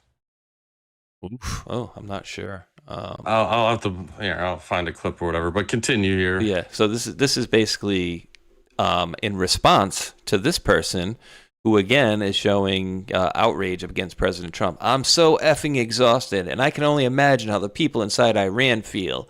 Make up your mind already. Wah. And then he's tagging onto it. Imagine that, and da-da-da-da, and he's getting ratioed. Your wife needs to take your phone away. It's time for you to go play shuffleboard. Trump told the masses directly and with this executive order that they were hunting down the Muslim Brotherhood worldwide. After Iran, he'll wipe them out and other surrounding countries too. You know this very well, so why doom on Trump at this point? So that's in response to that. And then Pepe comes out and says, what an idiot. Coming out against President Trump all the time, and whoever President Trump supports, he's always the opposite. You have no idea what he's up to for some reason. Completely lost. At a minimum, he should go watch a few Promethean action videos. Or maybe he's also being paid by London and China, as well as his Russian money. Raise your hand if you've never taken foreign money to influence our government. How did I ever support this grifting fraud, he says. And then he says, flew into Iowa, and he's got all these pictures with the Tucker crowd. There's another picture with him and this schmuck and Marjorie Taylor Greene and Tucker and Joe Kent, and they're all at the table together. It's like, come on, dude, really? Are you kidding me? And so I did. It's disgusting. I did some. Oh man, I did some digging on Tucker and Flynn regarding FARA. And when you're in the media, it's very interesting how they're able to get around this. So you remember when Tucker went and interviewed Qatar president? Oh yeah. Well, he he did it through the TCN company. Well, he got paid through they paid him through a different company. So he was able to get around being a foreign agent, going to interview a president of somewhere else. He could be an acting foreign agent for Qatar because he's getting paid. You see what I mean? Oh yeah, absolutely. So instead of having to register, there's this loophole that you don't have to pay the TCN network. He can pay another conglomerate of Tucker Carlson, and that's what he did. And gotta love it. I can probably name the name of the company and everything here in a second. It's wild. Let me read this Rumble Lumen rant. 8. Lumen the service. LUMIN 8, like the number 8, or is it spelled out? Can be paid a U.S.-based public relation and lobbying firm called Lumen LUMEN and the number 8 advisors, a monthly retainer of $180,000. So that's how Tucker with TCN networks getting around the Foreign Agents Registration Act. Disgusting, dude. Under U.S. law, a foreign government is fully permitted to hire an American PR firm to secure interviews with journalists. Because Lumen 8 advisors and TCN both confirmed that absolutely $0 from that contract were transferred to Carlson, the transaction was entirely legal. It was a payment for PR service, not a journalist payout. Huh. Funny how that works, isn't it? Right outside of Washington. Where is McLean? Virginia. Alexandria is over here. I mean, that's all within driving distance. It's all pretty much. Or a helicopter ride, whatever you want to talk all about. Or an underground subway. I mean, there's a whole underground system. I don't even know. It's huge. Whatever it is, it's huge. Let me read this quick because this is on par with what we're talking about. Thank you to Warrior Mima to drop the $10 Rumble, $5 Rumble rant that says there's no effing chance for a Flynn presidency. To hell with him and his entourage of traitors. So that's Miss Warrior Mima's comment on that one. And then Ginger because with 3 Z's at the end dropped a $10 USD tether using the Rumble wallet. It says, great show, trying out the Rumble wallet for this. Thank you very mucho for that. And I think we may have been rated. I'm not 100% sure, but I think we might have been. Looked like we may have been, but my thing might be glitching out from another show here. But dude, did you want to go through any of this decode? Because I remember this like it was yesterday, dude. I remember Alex Jones walking up to General Flynn and saying, hey, you scared? And I remember thinking, what? This is a good starting point. Sorry, I had to go to the restroom real quick, but I heard you. So I put in the information in this decode. If you want to, it's on my any of my social media, Free the Will Patrix or MaQaveli. Links in the description. There you go. Perfect. So you can read it a little better, folks. But I pointed out some stuff. There was an espionage investigation on Alex Jones in 2017. And it was, if you wonder, I'll read it. Jones announced on air that he was under a criminal espionage investigation by the FBI and the Federal Election Commission regarding allegations that his platform, InfoWars, received money from Russian entities to influence the 2016 election. So we know that Russia, from our last episode, we showed that graph. Russia did try to interfere in the 2020 election and the 2016 election. We know that now. Let's see. So Flynn's made multiple appearances on InfoWars with Alex Jones. Now, on the Stop the Seal Day, January 6, 2021, there's a video, and I think it's attached to this, if I'm not mistaken.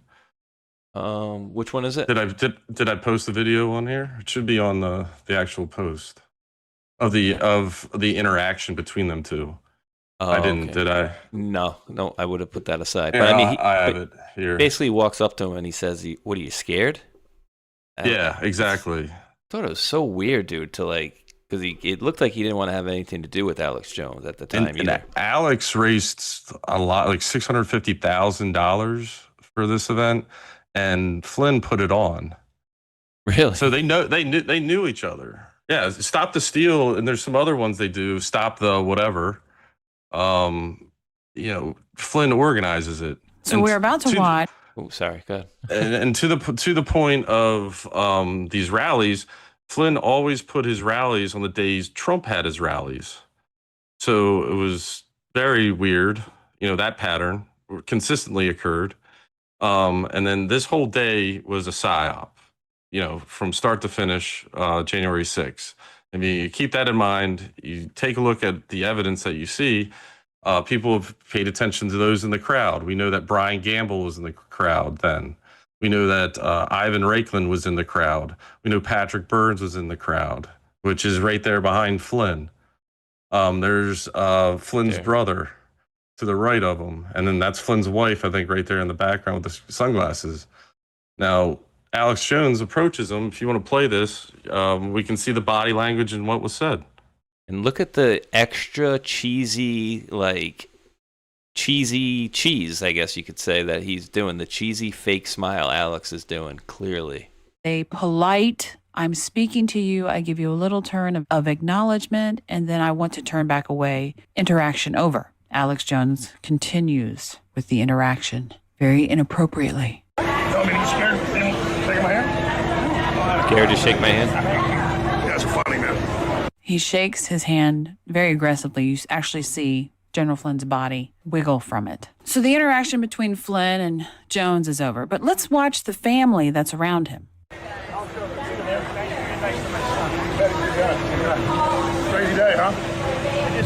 I don't know who the woman is that is standing directly next to Flynn, but she's not even trying to pretend to smile. And as you see the approach, the others there have that very straight stress smile. Yes, and that's exactly what I would call the Alex Jones smile. It was like a stress smile, too. Immediately. It was right? all awkward. And the way Alex Jones says, "Are you scared?" Yeah, it was like he paused and then he's like, "To shake my hand," like he was doing a jab at the same time making it public. It's very strange. It was so weird, dude. And to your point about Gamble, I did not like the fact that they were up in the front, and then we can see parts where they're actually pushing over the blockades, right? In certain areas, they were actually pushing the blockades over. And I remember even saying back then and going, well, you know what? Maybe he's with him, and they needed to be up close to like document everything up close. I'm trying to do my best to be impartial on both sides. You know what I mean? But the more time racks up and the more negative things rack up, it just doesn't look good.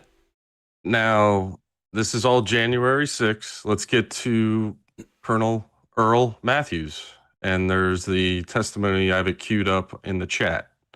So Colonel Earl Matthews was voted as the general counsel of the Department of War now. It was the Department of Defense, but that was in late July of 2025, so a year ago.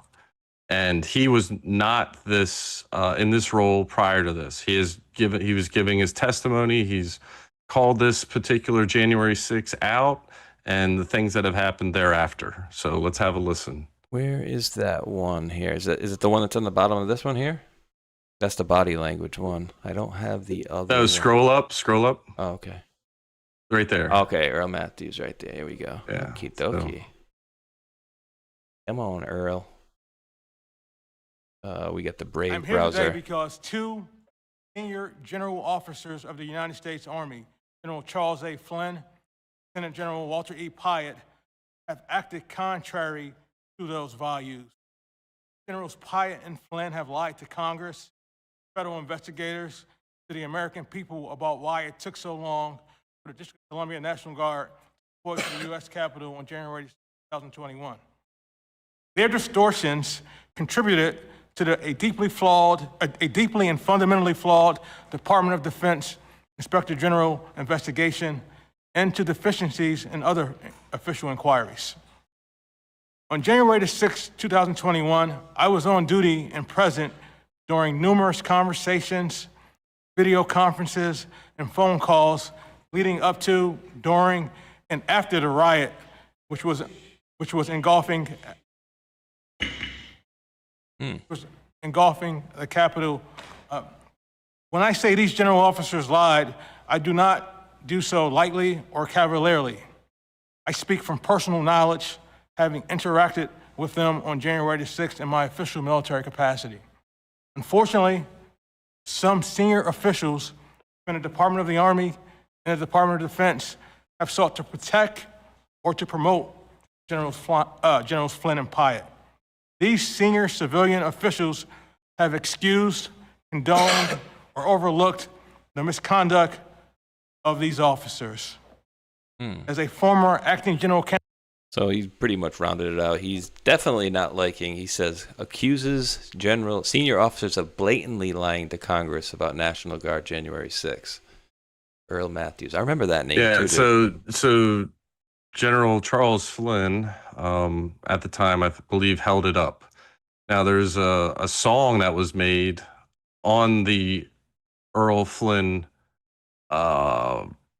Twitter or X page, and then that went defunct. But it kind of explains. I put it down in the chat if you wanted to play it, but we can play it at the end of the show, whatever you want to do.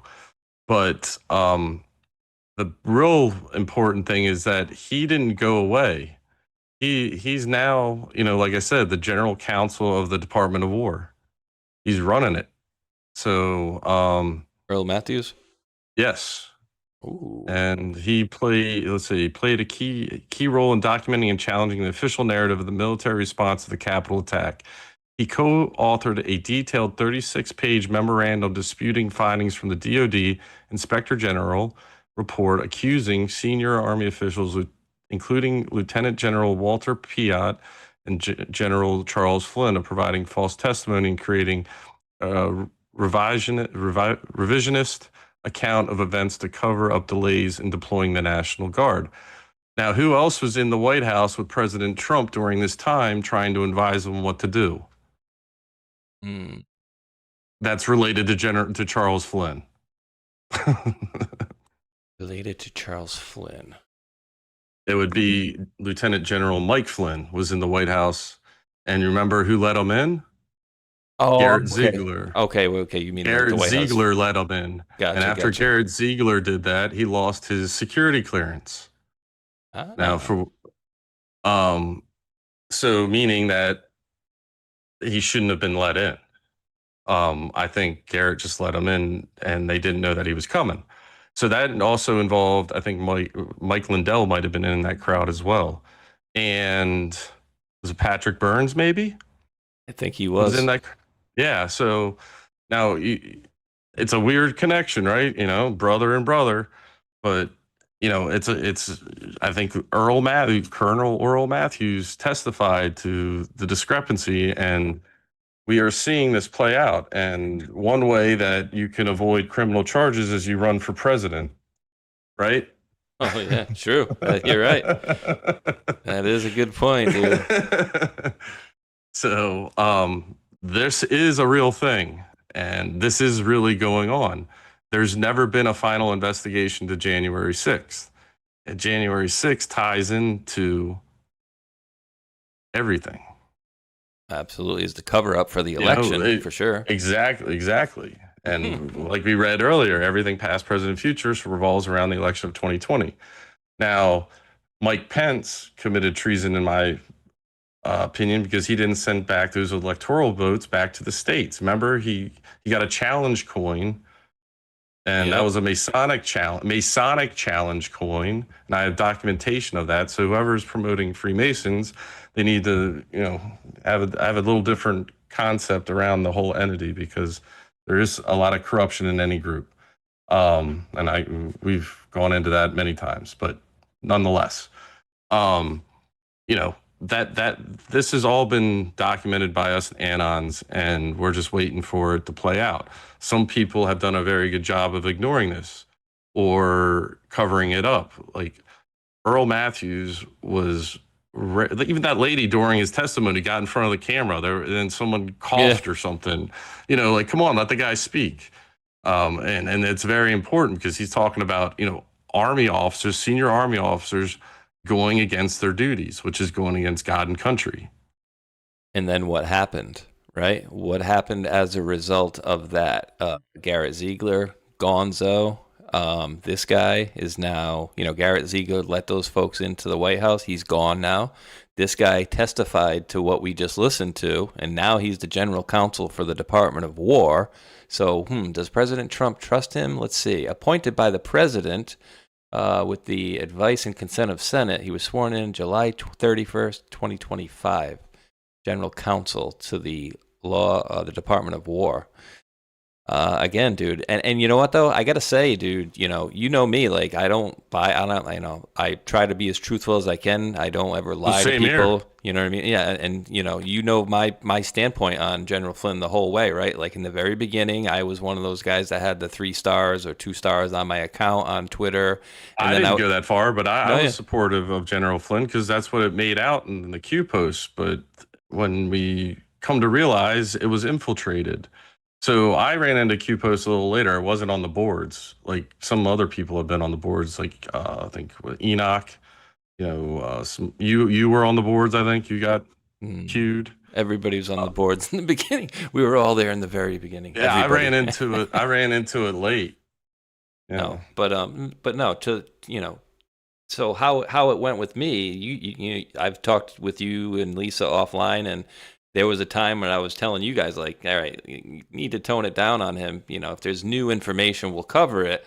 But I don't want to turn into the Matrix and Shady show where we're just saying, I'm going to talk about something in general here and blah, blah, blah. But, like, you know, I have to say, while kind of sifting through the information that we've gotten, President Trump didn't do us any favors, right, as far as making it clear, right? Well, because he sat up there, was like, "This guy's the real deal," and I'm he's given different clues, and you know, you got to give the environment in which he gives the clues. One, he told us to pay attention to, I think, was Kellogg's book, and he has a chapter in there where he describes General Flynn. But he's been to an event where Flynn's rented out at Mar-a-Lago, and he comes out and says hi, or he's in public, and a lot of people follow and trust Flynn. He doesn't want to lose their following, so he's got to play it very delicate politically, as they say. You know, a lot of debates. There's a lot of, you know, politeness, so to speak, and there's debates. You know, I think the best example is Trump pacing back and forth behind Hillary Clinton was maybe the best debate, you know, I've ever seen of somebody wanting to show that he wanted to strangle the crap out of his opponent.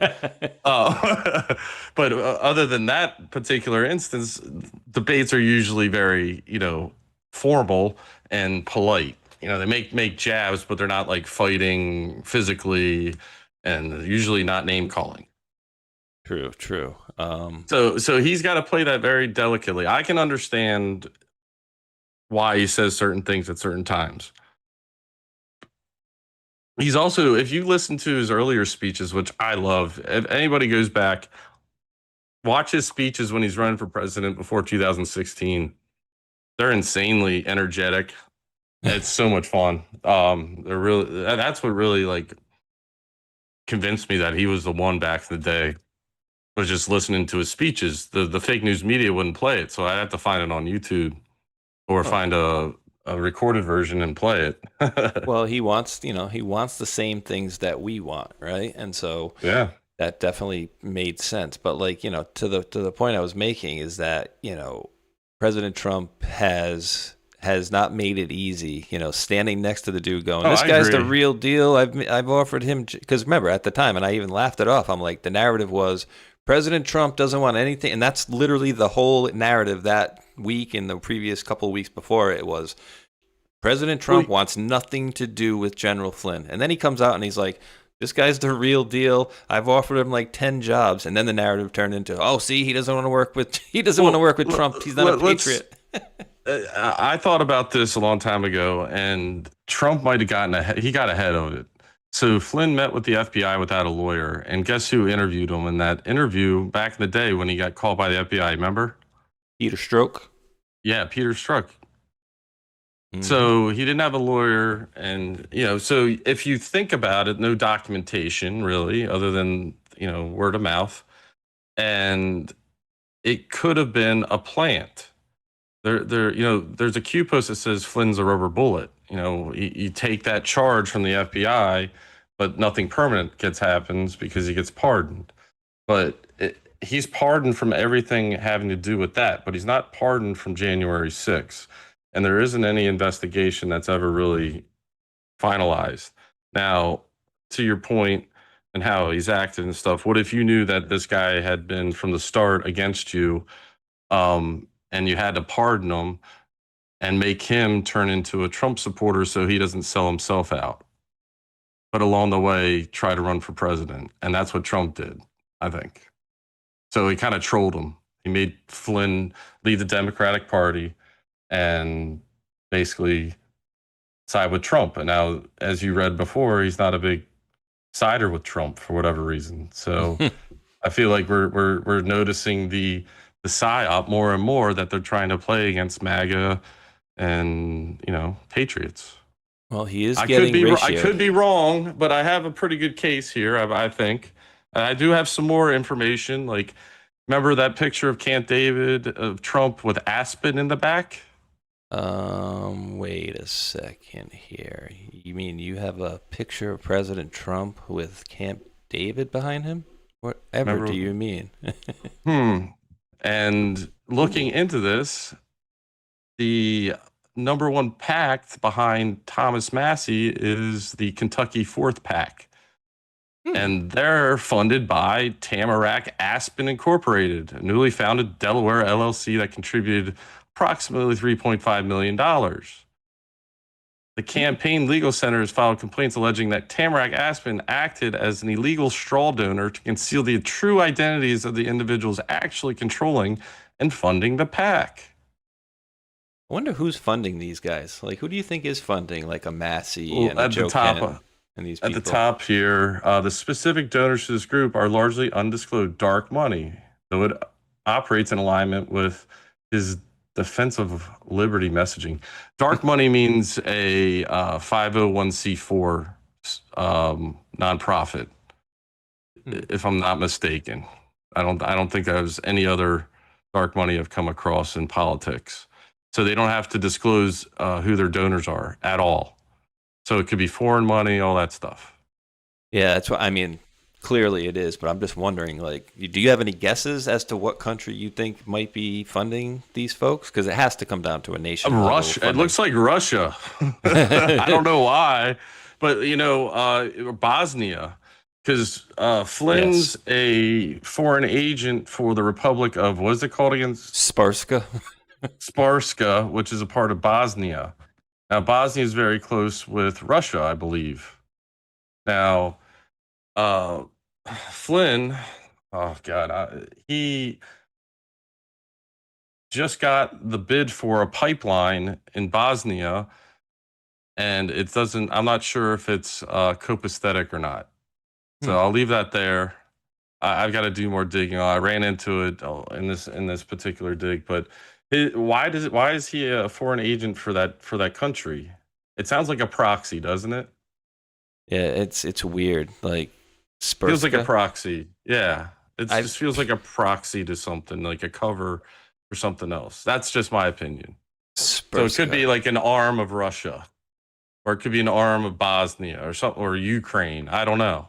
It's the Republic of Sparska. How the hell do you Yes, say it only that? has one vowel. It's the A at the end. It's SRPSKA.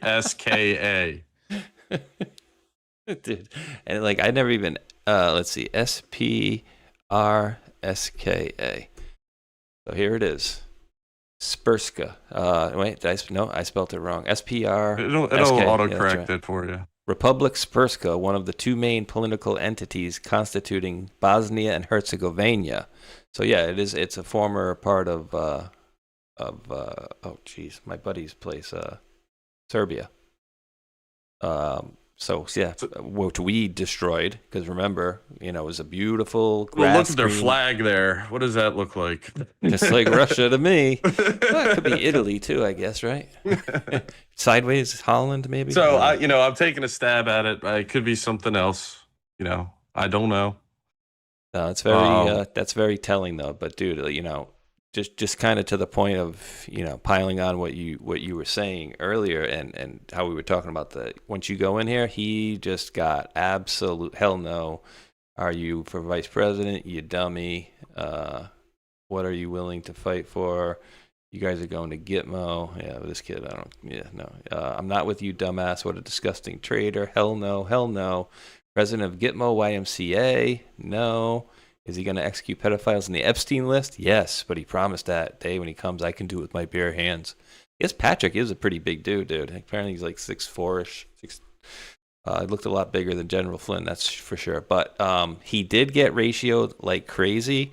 But you know what I think this was, in addition to, whatever else he's trying to pull out here, Patrick and General Flynn here, he's dipping his toe in, and I think this was a gauge, right? Just like they were doing in, like I was mentioning earlier with Clandestine and Patrick Byrne, like he was doing in the lull of the pause. They're dipping their toe. What do you think, guys? I mean, I did say that Marjorie Taylor Greene was going to be like a vice president for running, and it's probably going to be Flynn. And if it doesn't work, there's Tucker there, Qatar Carlson. I mean, I don't know what to do. That's pretty good. But they've really shown themselves. One does wonder why they're doing this, other than they're thinking ahead that President Trump's not going to be in power. We're not fixing the elections of 2020. I mean, he's overlooking a lot of things here, knowing the fact that he's a lieutenant general. He was there during the Obama administration into Trump, knowing all the things that go on. I'm pretty sure he'd be aware that we were in continuity government and everything we talked about earlier. So one does wonder. Yeah, we certainly How do. does he not know that we're in what we talked about? You know what I mean? How does he not? How does Patrick Byrne not know? I think they're ignoring it. I think they do know. Maybe trying to go around it, or just exactly. So they're aware of it and they're not acknowledging it. Dude, having too much fun, bro. I was just, oh my god, dude, having too much fun and didn't even notice. I just looked down. It's 10:30, my man. Holy crap! I don't think we even got to like half of the things that we were going to talk about, but it's damn good conversation anyway. What was I just going to show you? I did want to show you something here too before we wrap up. What was it? Oh God. We did get to a lot of the good stuff, though. I'm looking at my notes. Yeah, I would just implore people to take a look at this guy's account next time you get a chance over on Twitter. Hulcher, he's dropping a lot of stuff in the last few days. They're talking about the vaccines and the money that he's making, and if you also go into here, they're talking about he's dropping a lot of really good stuff here. This is the one story I was gonna get to, but NIH gain of function expert was arrested, I think, last month, June 4th of 2026. Vincent Munster, Mr. Munster, chief virologist and COVID gain of function collaborator, was busted on an airport with, thought you'd find this one interesting, Mac, 113 vials containing monkeypox, chickenpox, and human DNA. 93 of the vials have not been tested yet. But 11.3 again? We got 113? Yeah, it's crazy. Yeah, I mean, I try to pick not to go like too much into the numbers thing. Like I try to pick my environment, like I and who to decode the numbers from. Yeah, true. G. Westbury dropped the $5 Rumble rant, and thank you for that. It says you have to go watch A Storm Foretold by Roger Stone. It pretty much is in your face with the Flynn and Stone on January 6th. Which, he was... Great call. I didn't even get to Roger Stone. I forgot Roger to Stone mention. was acting all sorts of weird that day. Yeah, he cussed Trump and his daughter, Ivanka. I've got video and stuff, clips of it. But yeah, he's also a person that's behind probably this as well. Right. Hence, Trump's got to keep his enemies, closer at arm's length or whatever you want to call it. Your friends close and your enemies closer. I think, because I think, given the fact that Roger Stone's been around the game a while, I think Trump's got he knows who he's dealing with. He knows his opponent and how they operate. Opponents. So Roger Stone, there's documentation. Was it in the Q post or on the boards that he was at Epstein Island? So yeah, I'm not sure on that one here. Okay. This is I was going to do this just I was going to do this one just for a funny, and then we got to hurry up. I got to get out of here probably in the next. And also Laura Loomer's posting this stuff. You just watch who reacts. I think Roger Stone was reacting to her as well in a negative way. So then Alex Jones, didn't he just disassociate himself from Roger Stone in a rant calling for his impeachment? Yeah. So there's a dynamic going on between at least those three entities that we just mentioned, and they play off each other. So I'm just curious to see where this leads. He was asking for impeach again. All right, so Debbie had sent this over, so I'm going to let this play. It's 1 minute, Mac, then I got to do some thank yous and be out. No problem.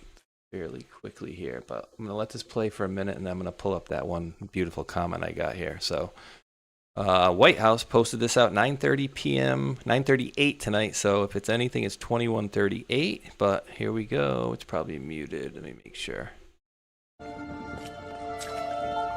We come to this place for MAGA to fight, and win. Because we need that, all of us.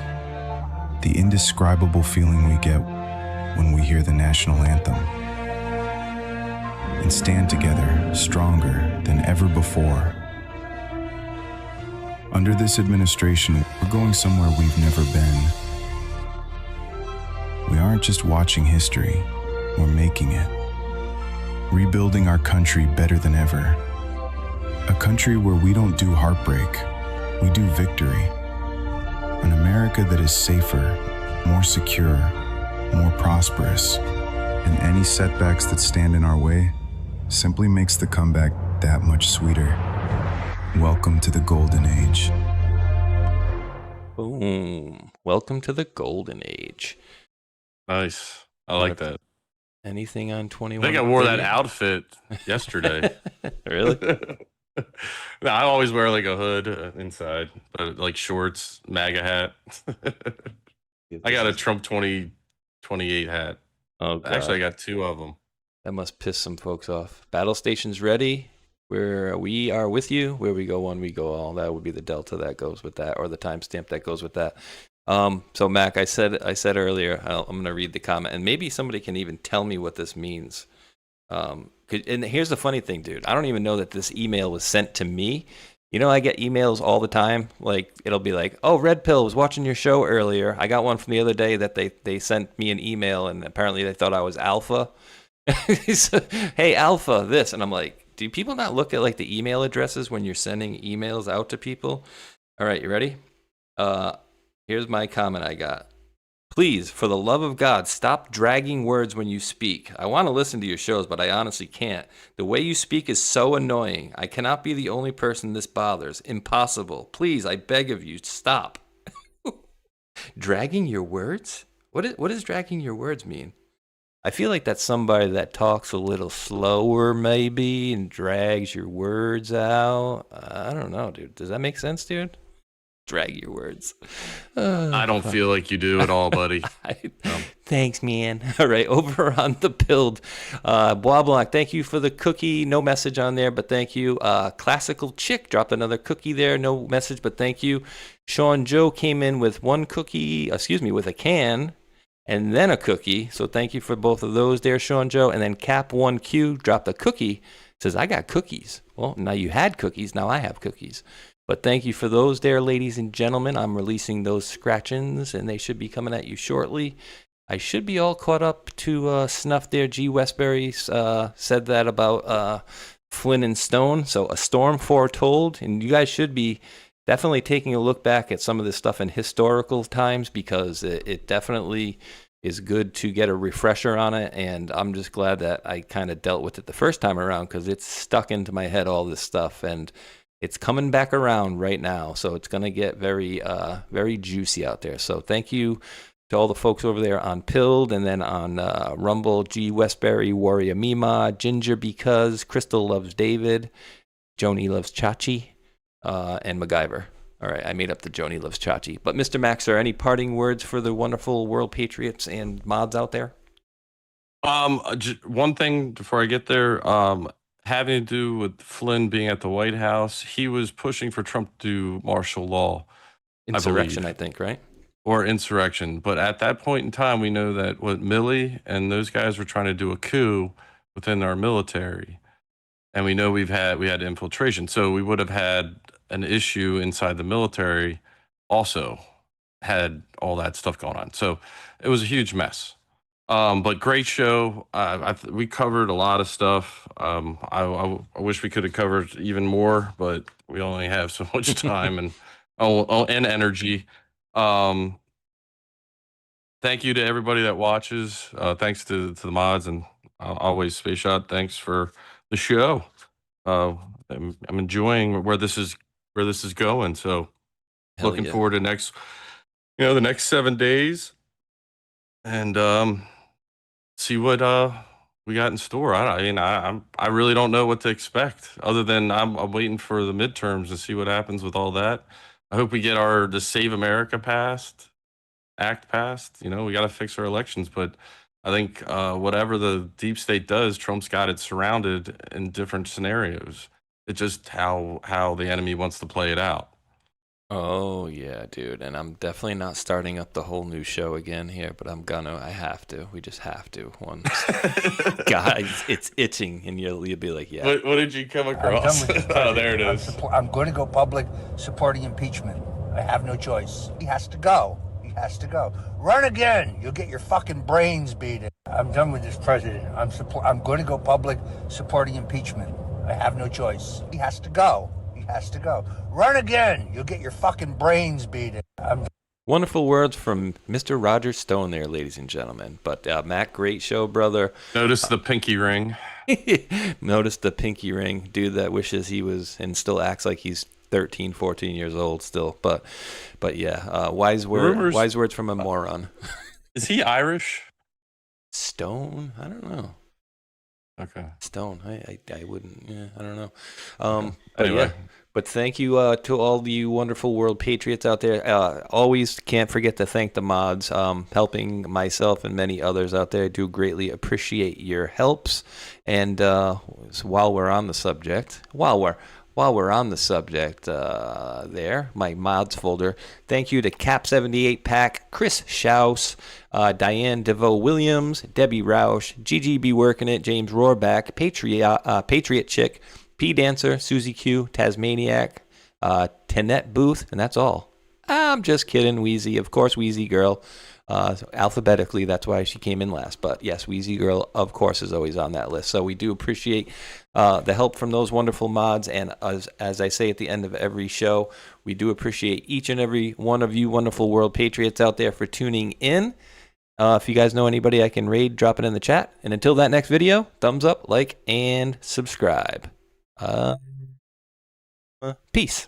For we are opposed around the world by a monolithic and ruthless conspiracy that relies primarily on covert means, on infiltration instead of invasion. You have all the money in the world. You have all the power you need. What's the point? What's the end goal? They said the end goal is to get everybody chipped, to control the whole society. Party in the garden, the town was falling, love in the summertime. Ooh, yeah, yeah. And I'm unified, feeling oh so unified. In the lockdown, in the lockdown.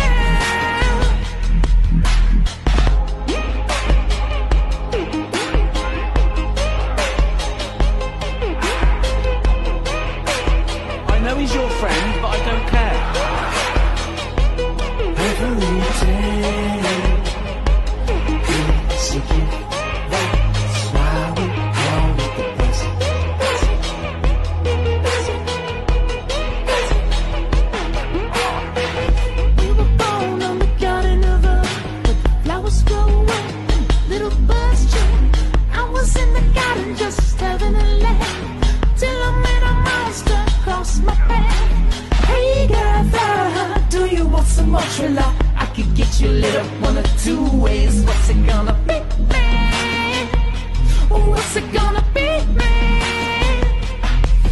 Said I felt like the whole world was begging me to rain fire above upon my enemies, till the love washed over me, till I let the love wash over me.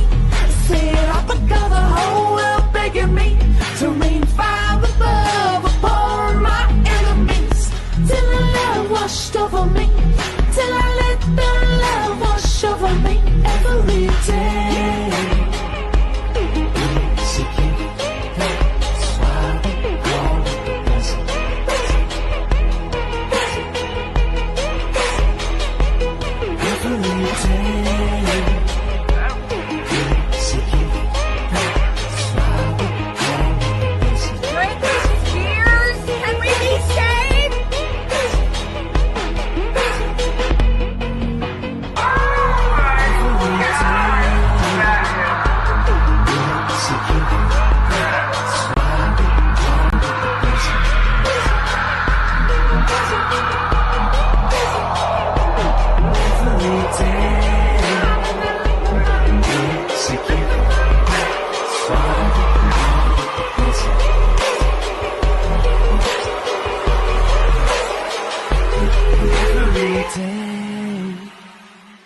Is a gift.